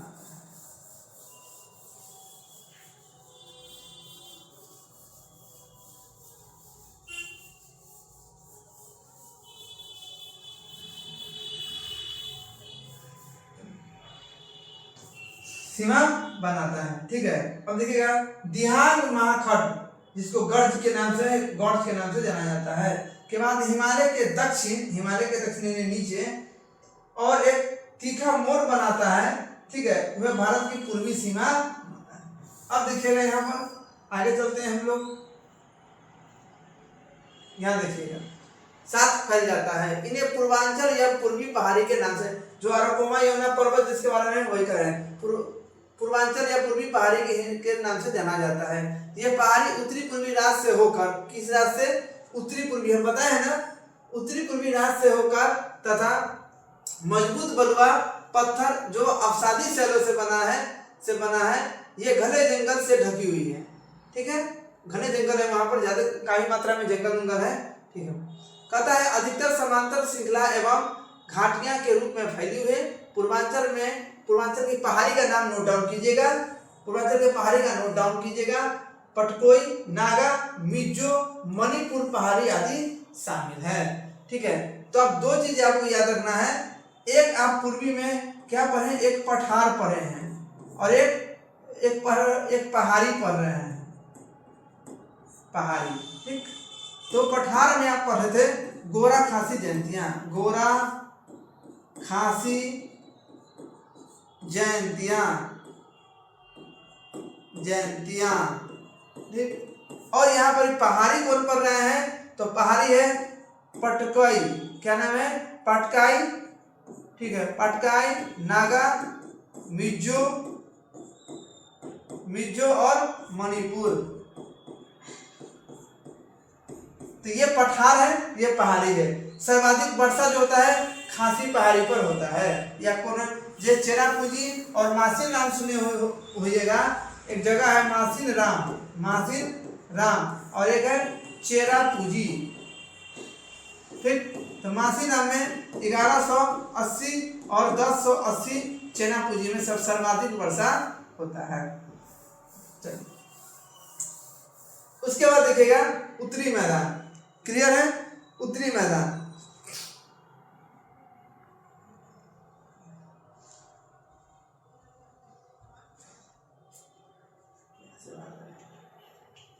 बहुत समझाया गया।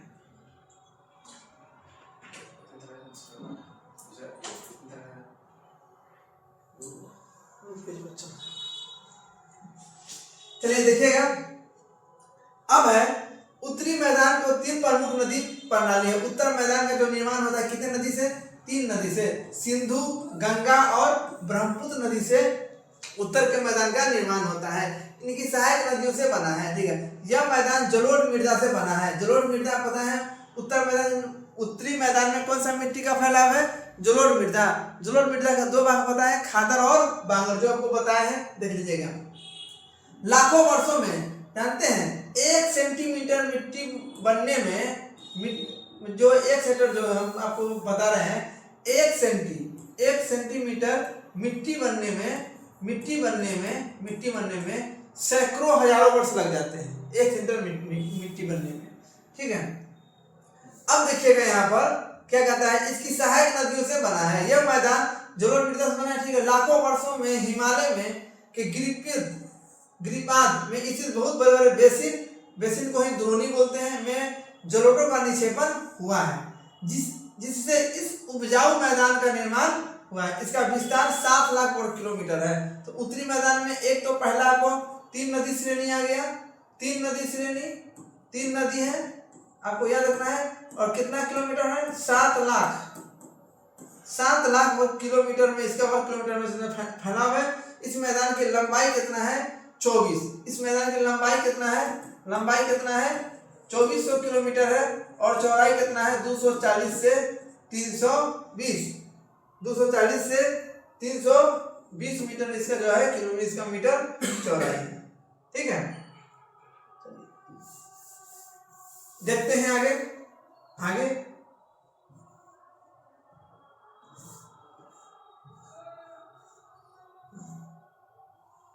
320 किलोमीटर इसका चौड़ाई, ठीक है। 240 से 320 इसका चौड़ाई हुआ। यह सघन जनसंख्या वाला क्षेत्र है। उत्तर मैदान में काफी ज्यादा मात्रा में जनसंख्या पाया जाता है पहाड़ी क्षेत्रों की अपेक्षा, ठीक है। समृद्ध मृदा आवरण, पर्याप्त पानी के उपलब्धता एवं अनुकूल जलवायु के कारण कृषि की दृष्टि से यह भारत का अत्यधिक उपजाऊ क्षेत्र है। यानी यहाँ पर आपको पर्याप्त मात्रा में पानी मिल जाता है, ठीक है। मिट्टी भी यहाँ की अच्छी है, ठीक है। अनुकूल जलवायु है, ठीक है। और यहाँ की जो भूमि समतल है, इसलिए यहाँ जो है अधिक उपजाऊ क्षेत्र माना जाता है। ब्रह्मपुत्र नदी व माजुली विश्व की सबसे बड़ी नदी है। छोटा का नाम क्या है? छोटा का नाम उमान द्वीप है, ठीक है, आपको याद रखना है, ठीक है। देखिएगा, ठीक है। उत्तरी पर्वतों से आने वाली नदी निक्षेपण कार्य में लगी है। नदी के निचले भाग में ढाल कम होने के कारण नदी की गति कम हो जाती है, जिसके परिणाम स्वरूप नदियां द्वीपों का निर्माण करती है। आप देखते हैं, जैसे मान लीजिए कोई नदी, यहाँ कोई पर्वत है, कोई नदी यहाँ से अगर आता है तो यहाँ आने के बाद ये जैसे ये होता है, तो मान लीजिए इसका उदाहरण है, ब्रह्मपुत्र नदी का ही नाम, गंगा का ही नाम दे देते हैं, गंगा का ही नाम देते हैं कि नया क्वेश्चन भी तैयार हो जाएगा आपको, ठीक है। गंगा नदी उत्तराखंड के गौमुख नदी से निकलती है, ठीक है। तो क्या करता है, ये उत्तराखंड हो यूपी में आता है, यूपी से बिहार में जाता है, बिहार से पश्चिम बंगाल में जाता है, और तब पश्चिम बंगाल से जो है ये जो है फिर बांग्लादेश में, बंगाल की खाड़ी में ये जो है बांग्लादेश और नीचे जाके कहाँ गिर जाता है? बंगाल की खाड़ी में गिर जाता है, बंगाल के खाड़ी। अब देखिएगा यहाँ पर एक चीज बता दें, गंगा नदी की सर्वाधिक लंबाई बिहार में देखिएगा, ठीक है। तो बिहार में सर्वाधिक लंबाई जो है पटना में है 99 किलोमीटर, और भागलपुर में है 97 किलोमीटर। यह देखिएगा यहाँ पर। तो सोचिए कि कोई अगर गिलास से पानी अगर ऊंचा स्थान से गिराते हैं, यहाँ से पानी हम ढालेंगे, तो जो पानी की यहाँ से गति होगा वो धरती पर जाने के बाद उसकी जो वो अपना रफ्तार बढ़ाएंगे, उसकी गति कम जाएगा। ढाल वाले जगह पर रफ्तार ज्यादा होता है, तो पानी की रफ्तार यहाँ से खूब तेज में आएगा, लेकिन जब भी मैदानी भाग में प्रवेश करेगा इसकी रफ्तार कम जाएगा। तो पानी में जितना भी कूड़ा कचरा आएगा वो आगे यहाँ जमा होगा, फिर अलग भागों में बढ़ जाएगा, फिर ही जमा होगा, ठीक है। तो ये भी अलग भागों में बढ़ जाएगा, ये भी जमा होगा, अलग भागों में बढ़ जाएगा। यानी एक से अधिक धाराओं का निर्माण कर रहा है, एक से अधिक धारा का निर्माण कर रहा है। तो बीच वाला जो भाग देख रहे हैं एक डेल्टा का निर्माण करता है। इसका निर्माण करता है डेल्टा का। इसीलिए हम कहते हैं कि विश्व का सबसे बड़ा डेल्टा जो है गंगा नदी का जो सुंदरवन डेल्टा फेमस है, ठीक है। जो गंगा और ब्रह्मपुत्र के नदी से बनता है, जो सबसे बड़ा डेल्टा है, जो ब्रह्मपुत्र नदी द्वारा निर्मित होता है, ठीक है। यहाँ समझ रहे हैं। उसके बाद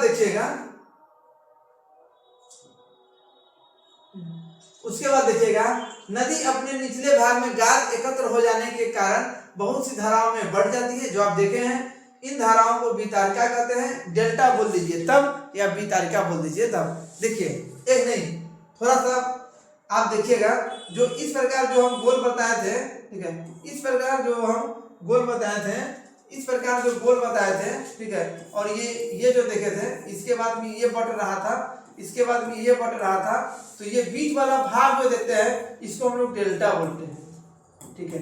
ये जो बट रहा है धारा, एक धारा में, इस धारा में जो बट रहा है इसको वितारिका बोलते हैं। क्या बोलते हैं? वितारिका। वितारिका।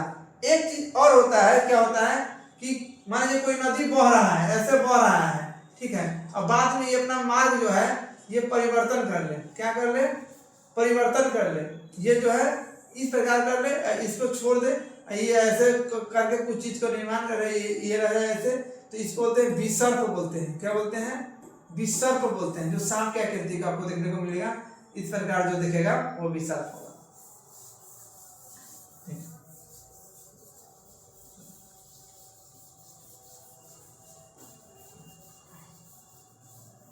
अब देखिएगा यहाँ पर उत्तरी मैदान मोटे तौर पर 3 उपवर्गों में विभाजित किया गया। उत्तरी मैदान पश्चिमी भाग के पंजाब का मैदान कहते हैं। उत्तरी मैदान के पश्चिमी भाग जो है उसको पंजाब के मैदान के नाम से जाना जाता है। सिंधु तथा इसकी सहायक नदियों द्वारा बनाए गए इस मैदान को बहुत बड़ा भाग पाकिस्तान में है। देखिए सिंधु द्वारा जो बनाया गया सबसे बड़ा भाग कहाँ है? पाकिस्तान में। पाकिस्तान का एकमात्र नदी है सिंधु नदी, याद रखिएगा। सिंधु इसकी सहायक नदी झेलम, देखिएगा झेलम, चिनाब, रावी, व्यास और सतलुज। मैप में आप देखे थे कि व्यास गैप था, ठीक है, हिमालय से निकलती है। मैदान के इसी भाग को दोआब की संख्या बहुत अधिक है। दोआब माने दो, आप माने पानी, यानी दो पानी वाला क्षेत्र जो होता है उसको दोआब बोलते हैं। दो पानी वाला जो क्षेत्र होता है उसको दोआब बोलते हैं, ठीक है। गंगा के मैदान का विस्तार घाघर और तीस्ता ने जो हम लिखा है तो वही दिखा देते हैं, तीस्ता के बीच होती है। यह उत्तरी भारत में हरियाणा, देखिए उत्तरी भारत में हरियाणा, दिल्ली, उत्तर प्रदेश, बिहार, झारखंड के कुछ भागों में पश्चिम बंगाल तक फैला हुआ है। यानी कह सकते हैं गंगा का विस्तार कहाँ कहाँ तक है। गंगा के मैदान का विस्तार कोई पूछेगा तो गंगा के मैदान का विस्तार पूछेगा, गंगा के मैदान का विस्तार पूछेगा तो आप याद रखिएगा, गंगा के मैदान का विस्तार पूछेगा तो क्या कीजिएगा, आप कहिएगा हरियाणा, दिल्ली, यूपी, उत्तर प्रदेश, बिहार, झारखंड और कुछ भाग पश्चिम बंगाल में फैला हुआ है। 1 2 3 4 5 6 राज्यों में उत्तर के मैदान का फैलाव है। समझ रहे हैं? समझ रहे हैं आप? देखिएगा, समझ रहे हैं? चलिए आगे देखिएगा। ब्रह्मपुत्र का मैदान इसके पूर्व में विशेषकर असम में है। बिल्कुल देख रहे हैं, ब्रह्मपुत्र के विशेषकर का मैदान क्या है? असम में, ठीक है। असम में ही आप देखे थे कि जो माजुली द्वीप का निर्माण करता है असम में ही करता है, छोटा उमान असम में ही है। उत्तरी मैदानों की व्याख्या सामान्यतः इसके ऊंचा वक्र में बिना किसी विविधता वाले समतल स्थल के रूप में की जाती है। यह सही नहीं है। इनका विस्तार मैदानों की भौगोलिक आकृति में विविधता लाती है। बिल्कुल बात सही है। आकृति के विभिन्नता के आधार पर उत्तरी मैदानों को 4 भागों में बांटा गया है। आकृति के आधार पर उत्तरी मैदानों को कितने भागों में बांटा गया है? तो 4 भागों में, इसको नोट कीजिएगा, ठीक है। नदी पर्वतों से नीचे उतरते समय शिवालिका की ढाल कितना होती है? शिवालिका की ढाल 8 से 16 किलोमीटर होती है। भाबर, देखिए ढाल पूछेगा, ठीक है, तो 10 से 20 किलोमीटर भाबर की, और शिवालिकी का ढाल कितना है? 8 से 16 किलोमीटर, ठीक है।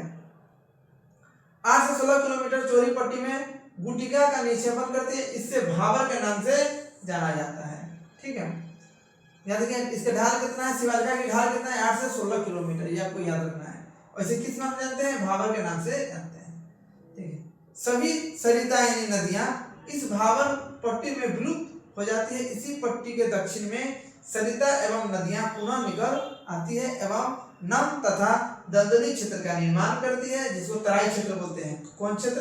तराई क्षेत्र जो बोलते हैं, तराई क्षेत्र, उसी के बारे में, जहाँ मच्छरों का प्रकोप सबसे ज्यादा होता है, निर्माण करती है, जिसे तराई कहा जाता है, ठीक है। यह वन्य प्राणी से भरा हुआ जंगल क्षेत्र है। बंटवारे के बाद पाकिस्तान में आए शरणार्थी कृषि एवं भूमि उपलब्ध कराने के लिए जंगल को काटा था। जितना जरूरी होता जंगल को काटते चला गया। जो पाकिस्तान के सैनिक से जो पाकिस्तान भारत का बंटवारा हुआ था उस समय का बात कर रहा है, ठीक।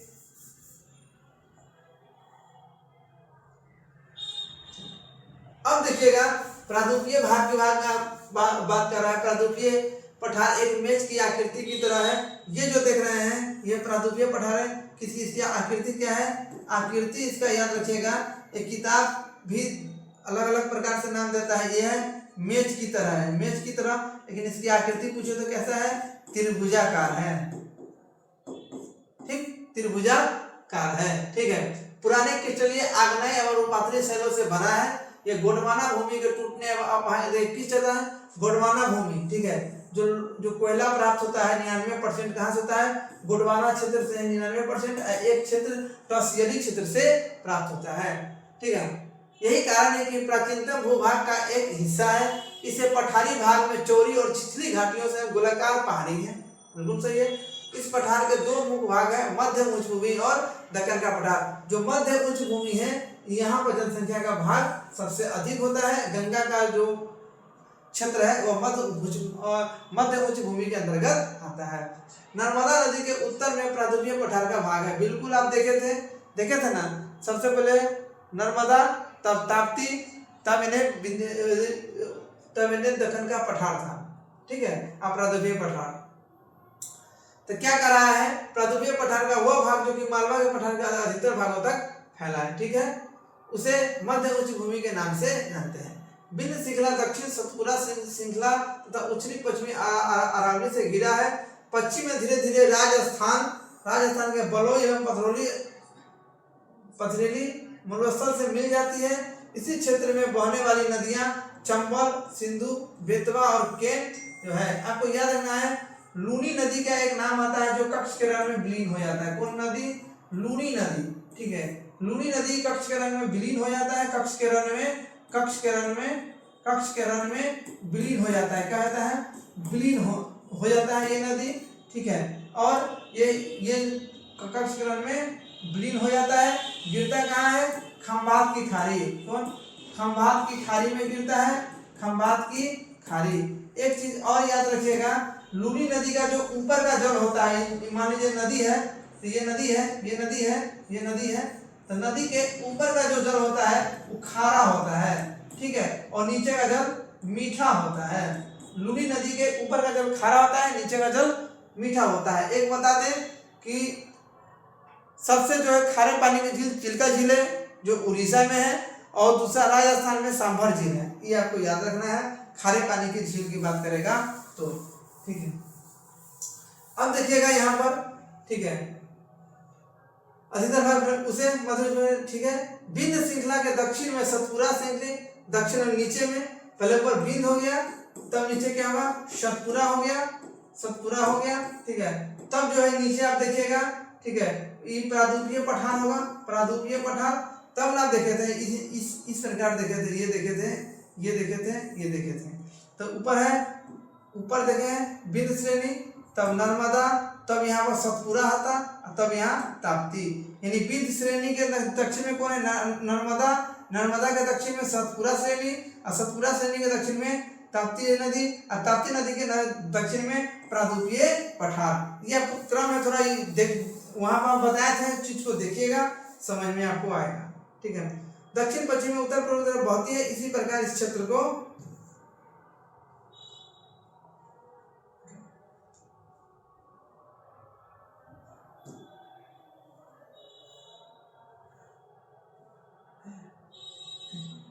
ढाल को दर्शाती है। मध्य उच्च भूमि के पश्चिमी चौड़े लेकिन पूर्वी संकीर्ण है। इस पठार के पूर्वी विस्तार को स्थानीय स्वरूप में बुंदेलखंड और बंगलखंड के नाम से जाना जाता है। देखिए, इसी पठार का जो विस्तार जो मध्य प्रदेश में जो है, छत्तीसगढ़ में, इसको क्या है, बुंदेलखंड या बंगलखंड के नाम से जाना जाता है। किस नाम से जाता है, बंगलखंड या बुंदेलखंड के नाम से जाना जाता है। इसके पूर्व की ओर विस्तार दामोदर नदी का बाह्य छाप छोटा नंबर पठार को दर्शाता है। ठीक है, दक्षिण का पठार त्रिभुजाकार भाग आ गया जो बता रहे थे वो, जो कि नर्मदा नदी के दक्षिण में है। उत्तर में इसकी चौड़ी आधार सतपुरा श्रृंखला है, जबकि महादेव, याद रखिएगा, महादेव, कैमूर पहाड़ी, मैकाले से इसकी पूर्वी विस्तार है। ठीक है, महादेव, कैमूर और मैकाल पहाड़ी इसकी पूर्वी विस्तार है। भारत के भौतिक मानचित्र पर इन पहाड़ियों और श्रृंखला को स्थिति को ज्ञात करें। बिल्कुल मानचित्र आपको बता देंगे हम। दक्षिण के पठार में, ठीक है, पठार में ऊंचा पर्वत की ओर से कम ढाल वाला है। ढाल वाला पठार का एक भाग उत्तर पूर्व में देखा जाता है, जिसे स्थानीय रूप से मेघालय या कार्बी एंगलोंग का पठार कहते हैं। कार्बी एंगलोंग का पठार कहाँ है, तो मेघालय में। ये बात इतना खाली आप याद रखिएगा। तथा उत्तर के कचारी पहाड़ी के नाम से जाना जाता है। कार्बी एंगलोंग किस नाम से जाता है, उत्तर के कचारी पहाड़ी के नाम से जाना जाता है। ठीक है, यह एक भ्रंश के द्वारा छोटा नागपुर से अलग हो गया है। ठीक है, पश्चिम से पूर्व की ओर 3 महत्वपूर्ण श्रृंखला गोरा खासी और जयंतियां हैं। बिल्कुल आप देख लिए हैं गोरा खासी जयंतियां कहाँ है क्या नहीं है बताने की जरूरत नहीं, पूरा चीज आपको जो है बताया गया है, पूरा बताया गया है। पवन सर पिकअप द फॉर्म, ठीक है, बताया गया है चीज को, आप देखे रहे भली भांति देख रहे हैं। चलिए देखिएगा, दक्षिण के पठार के पूर्वी एवं पश्चिमी सिरे पर क्रमशः पूर्वी एवं पश्चिमी घाट स्थित है। आपको पूर्वी पश्चिमी बताया है, पश्चिमी घाट के केवल दर्रे के द्वारा ही पार किया जा सकता है। भारत के भौतिक मानचित्र में थाल घाट देखिएगा, थाल घाट देखिए वीडियो है यहाँ देखिएगा, थाल घाट, भोर घाट और पाल घाट, ठीक है, स्थित है। ठीक है, थाल घाट, भोर घाट और पाल घाट, दो महाराष्ट्र, एक थाल घाट महाराष्ट्र में, भोर घाट और पाल घाट केरल में है, आपको याद रखना। ठीक है, पश्चिमी घाट की पूर्वी घाट की से ऊंचा है। अब यहाँ देखिएगा क्या है, पश्चिमी घाट पूर्वी घाट की अपेक्षा में ऊंचा है, यानी पूर्वी घाट छोटा है और पश्चिमी घाट ऊंचा है। पूर्वी घाट क्या है, छोटा है और पश्चिमी घाट ऊंचा है। ये वाला भाग जो देख रहे हैं तो क्या कहता है, पूर्वी भाग छोटा है, ये भाग क्या है, छोटा है। ठीक है, ये भाग क्या है, बड़ा है, किसकी अपेक्षा, पश्चिमी घाट की अपेक्षा। ठीक, पूर्वी घाट 600 मीटर की औसत ऊंचाई की तुलना, औसत ऊंचाई का मतलब क्या होता है, यहाँ ऊंचाई कुछ अलग है, यहाँ अलग है, यहाँ अलग है, यहाँ अलग है, तो सभी को जोड़ के जो भाग देते हैं उसकी औसत ऊंचाई निकलता है।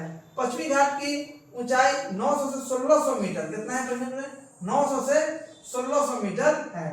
पूर्वी घाट का विस्तार महानदी घाटी से दक्षिण नीलगिरी तक है, जो आपको फिगर में बताया गया है। पूर्वी घाट का विस्तार सतत नहीं है, बताया कटा फटा भाग है, क्या है, कटा फटा भाग है, कटा फटा भाग है, सतत नहीं है, सतत मतलब लगातार। ठीक है, यह अनियमित है। बंगाल की खाड़ी में गिरने वाली नदी ने इनको काट दिया है, बिल्कुल, क्योंकि आप 77% नदी कहाँ गिरता है, बंगाल की खाड़ी में गिरता है। ठीक है, अब देखिएगा बंगाल काट दिया है। पश्चिमी घाट में पर्वतीय वर्षा होती है, बिल्कुल सही है। सबसे ज्यादा जो वर्षा जो होता है दक्षिणी पश्चिमी मानसून से होता है, और लड़ता हुआ मानसून जो होता है उत्तरी पूर्वी वर्षा करता है। सबसे ज्यादा तमिलनाडु में वर्षा होता है। आपको इस चीज को याद रखना है। ठीक है, इस चीज को आपको याद रखना है, इस चीज को आपको याद रखना है। एक चीज देखिएगा यहाँ पर, यहाँ चीज देखिएगा, यह एक वर्षा घाट या पश्चिमी घाट के अर्ध हवा से टकराकर उठने वाली होता है, बिल्कुल सही है। जो समुद्र है, अब देखिए यहाँ समुद्र है, यहाँ समुद्र है, यहाँ से जो हवा उठती है वो टकरा के पश्चिमी घाट से टकरा के तो क्या करता है, इस घाट पर वर्षा करता है, उसी के बारे में बोल रहा है। पश्चिमी घाट के विभिन्न स्थानीय नामों से जाना जाता है। पश्चिमी घाट के ऊंचाई उत्तर से दक्षिण की ओर बढ़ता है। यह चीज आपके लिए इंपॉर्टेंट है, ये आपको याद रखना है, ये आपको याद रखना है।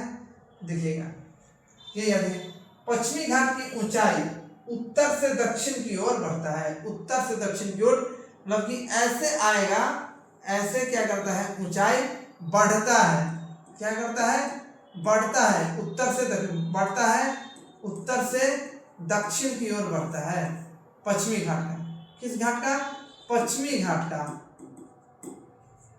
पश्चिमी घाट का ऊंचाई उत्तर से दक्षिण की ओर बढ़ता है। इसी भाग के शिखर ऊंचे हैं, जैसे अन्नामुडी कहाँ है, यहाँ पर 2695 बताया ना अन्नामुडी, तब डोडा बेटा 2633। पूर्वी घाट की सबसे ऊंची चोटी मेहंदगिरी है, विवादित क्वेश्चन है 15 से। और वर्तमान में क्या गया है, जिंदी गारा जो है सबसे ऊंची पर्वत है, 1690 मीटर, आपको याद रखना है। ठीक, अब देखिएगा यहाँ पर एक चीज देखिएगा, पूर्वी घाट की दक्षिण पश्चिम में सेवराय की पहाड़ी तमिलनाडु में, जावेदी की पहाड़ी तमिलनाडु में है, पहाड़ी स्थित है। यहाँ समझ गए। देखिए इसकी ऊंचाई जो पश्चिमी घाट की ऊंचाई उत्तर से दक्षिण की ओर बढ़ता है। ठीक है, नीचे से ऊपर की ऊंचाई बढ़ता है, इसका ऊपर से नीचे की ओर ऊंचाई बढ़ता है, यानी इसको कह सकते हैं दक्षिण से उत्तर जाने पर ऊंचाई बढ़ता है, ऊंचाई बढ़ता है, ये आपको याद रखना है। ठीक, इस चीज को याद रखना है।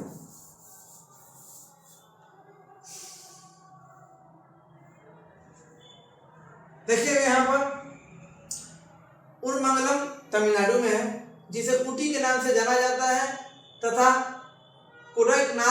जैसे इस प्रसिद्ध पहाड़िया नगरों के स्थित मानचित्र पर याद कीजिए। परदीपी पठार का एक विशेषता यह पाई जाने वाली एक काली मृदा है। काली माटी का सबसे ज्यादा विस्तार जो गुजरात में देखने को मिलता है, जिसे दक्कन ट्रेप के नाम से जानते हैं। काली मृदा का जो सबसे सर्वाधिक क्षेत्र है उसको दक्कन ट्रेप के नाम से जानते हैं।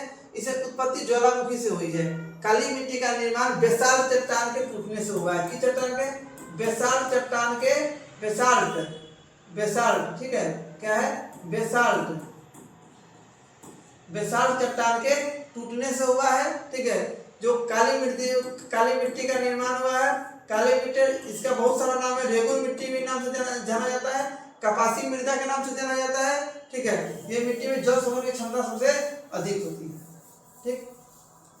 तो ये मिट्टी बनाएगा तो देख लेंगे, ठीक है। उसके बाद देखिएगा, ठीक है, जिसे दक्कन ट्रेप के नाम से जानते हैं।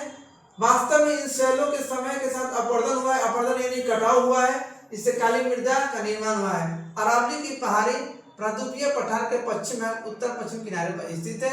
यह बहुत अधिक अपरदित और खंडित पहाड़ी है। यह गुजरात से लेकर दिल्ली तक, देखिएगा अरावली पहाड़ी कहाँ से कहाँ तक है? अरावली पहाड़ी गुजरात से दिल्ली तक है।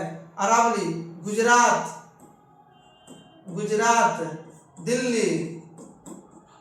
दिल्ली, हरियाणा,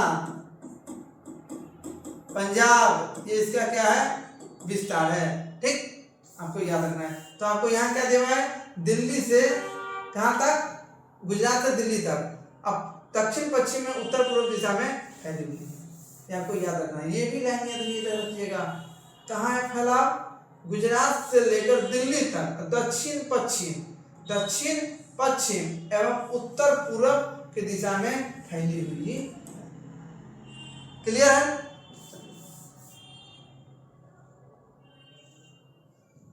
देखिएगा, अब है भारतीय मरुस्थल। अरावली पहाड़ी के पश्चिम किनारे पर थार मरुस्थल है। थार मरुस्थल कहाँ है? भारत और पाकिस्तान के बीच सीमा पर है, ठीक है। जिसको थार मरुस्थल को जो पाकिस्तान में चोलिस्तान के नाम से जानते हैं। ये बालू के टीपे से ढका तरंगित यानी कटा फटा मैदान है। इस क्षेत्र में प्रतिवर्ष 150 मिलीमीटर वर्षा से कम होता है। इसे शुष्क जलवायु क्षेत्र वनस्पति बहुत कम है। जहाँ वर्षा कम होगा वनस्पति ऑलरेडी कम है। वर्षा ऋतु में कुछ सरिताएं दिखती है, यानी कुछ नदी जो वर्षा ऋतु में दिखती है, वर्षा खत्म नदी खत्म, और उसके बाद वे बालू में ही विलीन हो जाती है। पर्याप्त जल नहीं मिलने से यह समुद्र तक नहीं पहुंच पाती है। केवल लूनी इसकी एक सबसे बड़ी मात्र नदी है। तो क्या कहेगा? कच्छ केरल में और थार मरुस्थल की सबसे बड़ी नदी कौन है? लूनी नदी, ठीक है। बरकाना अंधचंद्राकार बालू का टीला बन जाता है। देखिए ये बालू वाला भाग है, तो नीचे से पानी बह रहा है। जब पानी सूख जाएगा तो इसके अंदर हवा भरेगा, इसका टीला ऊपर उड़ जाएगा। इसी अर्धचंद्राकार ये क्या है? आकृति बन जाता है। इसी के बारे में बोल रहा है, ठीक। चलिए आगे देखिएगा। लेकिन लंबवत टीले भारत पाकिस्तान की सीमा के समीप प्रमुख पाए जाते हैं। यदि आप जैसलमेर जाइए, बरकाना समूह देख सकते हैं, ठीक है, देख सकते हैं। अब देखिएगा, थोड़ा सा इसको भी देख लीजिए। देखिए थोड़ा सा देखना है। तटीय मैदान प्रायद्वीपीय पठार के किनारे में संकीर्ण तटीय पट्टियों से विस्तार है। यह पश्चिम में अरब सागर से लेकर पूर्व में बंगाल की खाड़ी तक विस्तार है। बिल्कुल पश्चिम तटीय पश्चिमी घाट अरब सागर के बीच, इसलिए संकीर्ण मैदान है। इस मैदान को 3 भागों में बांटा जाता है। तट के उत्तरी भाग को कोकण, देखिए गोवा, और यहाँ लिखिएगा मुंबई और गोवा जो है ना, यहाँ पर लिखिएगा, यहाँ लिखिएगा। अच्छा एक मिनट, इसको थोड़ा बढ़ा देते हैं, यहाँ लिखने में और सुविधा होगा। देखिएगा मुंबई और गोवा कौन है? मुंबई और गोवा के बीच कौन है? मुंबई और गोवा के, है ना, मुंबई और गोवा के बीच में कोकण मैदान कौन होता है? कोकण मैदान का है, मुंबई और गोवा के बीच में है। मध्य भाग को कन्नड़ का मैदान, मध्य भाग कोकण से नीचे आइएगा तो कौन सा भाग है? कन्नड़। यानी कह सकते गोवा के नीचे क्या है? गोवा और कर्नाटक। कह सकते हैं गोवा और कर्नाटक के बीच तक कौन सा भाग है? तो कन्नड़ का मैदान। ठीक है। और दक्षिण पश्चिम भाग को मलबार तट कहा जाता है। यानी केरल से लेकर तमिलनाडु का जो क्षेत्र है, केरल से तमिल तक जो क्षेत्र है उसको मालाबार तट के नाम से जानते हैं। मालाबार तट के नाम से जानते हैं। ठीक है। बंगाल की खाड़ी का विस्तीर्ण मैदान एवं समतल है। उत्तरी भाग में उत्तरी सरकार, आपको पता है इस वाला भाग जो उत्तरी सरकार महानदी और गोदावरी के लेके जो बताया गया था उत्तरी सरकार, जबकि दक्षिणी भाग को कोरोमंडल तट, बिल्कुल तमिलनाडु वाला जो भाग है उसको कोरोमंडल तट के नाम से जाना जाता है। बड़ी नदी, महानदी और गोदावरी कृष्णा कावेरी जो है कृष्णा कावेरी तट पर विशाल डेल्टा का निर्माण करती है। चिल्का झील पूर्वी तट पर स्थित है।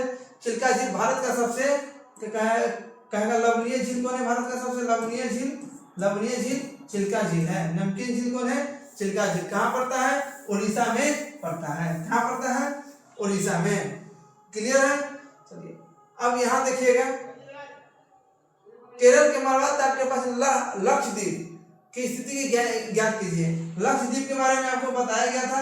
लक्षद्वीप बताए, लक्षद्वीप का क्षेत्रफल कितना है? लक्षद्वीप का क्षेत्रफल है 32 किलोमीटर। इसमें कुल कितना द्वीप है? कुल 36 द्वीप है। इसको जो है लकावा द्वीप, मिनकाया द्वीप और एकावा द्वीप तीनों मिला के क्या कर दिया गया? लक्षद्वीप कर दिया गया। तो नया नाम लक्षद्वीप कब पड़ा? 1973 में इसका नाम लक्षद्वीप पड़ा। यह मूंगा चट्टान से बना है। किससे? मूंगा चट्टान, यानी जो पशु पक्षी मर जाते हैं उसी के अवशेष से बार बार बनते रहता है। क्लियर है? अब देखिएगा आपको ये हो गया 1973 में जो है इसका नाम लक्षद्वीप रखा गया था। ये 32 से जो पता है वही चीज है इसमें जो है। हाँ, एक देखिएगा यहाँ पर, ठीक है, कावारती लक्षद्वीप के प्रशासनिक मुख्यालय राजधानी है। द्वीप समूह पर पादप जंतु के बहुत प्रकार से पाए जाते हैं। पिटली द्वीप जहाँ मानव नहीं रहता है, मनुष्य का निवास स्थान नहीं है, यह क्या है? पक्षी अभ्यारण्य है। पिटली द्वीप क्या है? एक पक्षी अभ्यारण्य है। आपको याद रखना है ये सब। ठीक है, थोड़ा सा देखिएगा इसके बारे में। ठीक है, परवाल पोलिस कम समय तक जीवित रहने वाला एक सूक्ष्म प्राणी है। कौन? परवाल पोलिस क्या है? एक सूक्ष्म प्राणी है जो कि समूह में रहता है। इनका विकास छिछले गर्म पानी जल में होता है। कैसा होता है? छिछला जो गर्म पानी उसमें होता है। ठीक है, इसमें कैल्शियम कार्बोनेट का स्राव होता है। परवाल स्राव और परवाल अस्थियां टीले के रूप में निक्षेपित होती है। यह मुख्यतः 3 प्रकार के होते हैं। क्या प्रकार के? 3 प्रकार के होते हैं। ठीक है, इसमें एक है परवाल रोधिका, तटीय परवाल भित्ति और तीसरा परवाल वलीय द्वीप। ऑस्ट्रेलिया के ग्रेट बैरियर रीफ का है ऑस्ट्रेलिया में। परवाल रोधिका का अच्छा एक उदाहरण है। परवाल वलीय द्वीप गोलाकार एवं हॉर्स आकार वाली एक रोधिका होती है। ठीक है, समझ गए होंगे। जो भी चीज लग रहा है कि समझाने वाला चीज को हम आपको बता रहे हैं। देखिएगा, में बहुत बिखरे हुए यह द्वीप समूह में मुख्यतः 2 भागों में बांटा गया है, उत्तरी अंडमान और दक्षिणी निकोबार। यह माना जाता है कि द्वीप समूह निमज्जित एवं पर्वत श्रेणियों के शिखर यह द्वीप समूह समुद्र से सुरक्षा करता है। देख लीजिएगा, छोटा सा बचा है, बस छोटा सा है, इसको देख लेंगे। ठीक है, छोटा सा है, महत्वपूर्ण है। इन द्वीपों के समूह में पाए जाने वाले पादप एवं जंतु बहुत अधिक विविधता पाई जाती है। यह द्वीप विषुवत वृत्त के समीप स्थित है। यह कौन सा? यह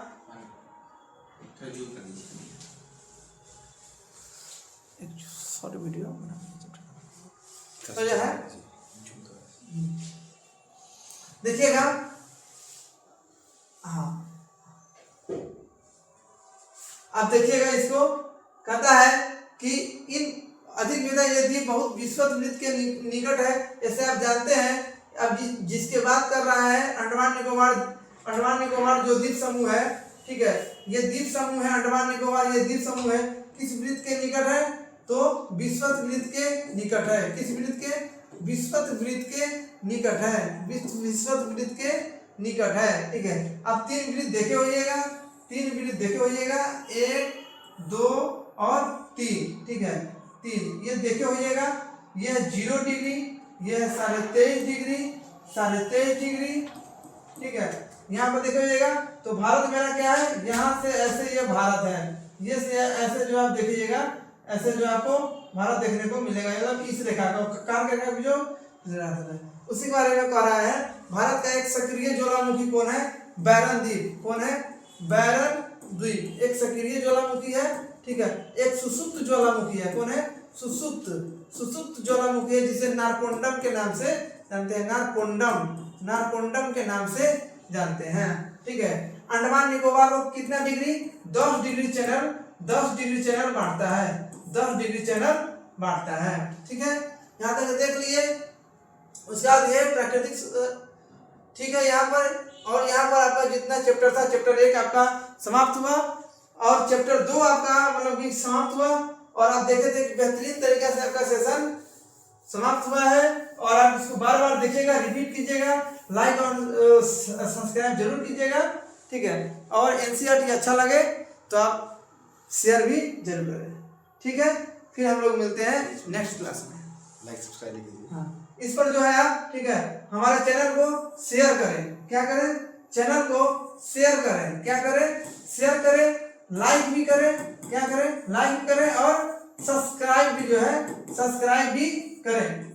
ये हमारे, ठीक है, एक अभिप्रेरित करेगा। क्या करेगा, अभिप्रेरणा का काम करेगा, अभिप्रेरणा का काम करेगा, मोटिवेशनल का काम करेगा, बस कुछ नहीं, ठीक है। फिर मिलते हैं हम लोग नेक्स्ट वीडियो में, नेक्स्ट सेशन में एक नए ऊर्जा के साथ। थैंक यू, धन्यवाद।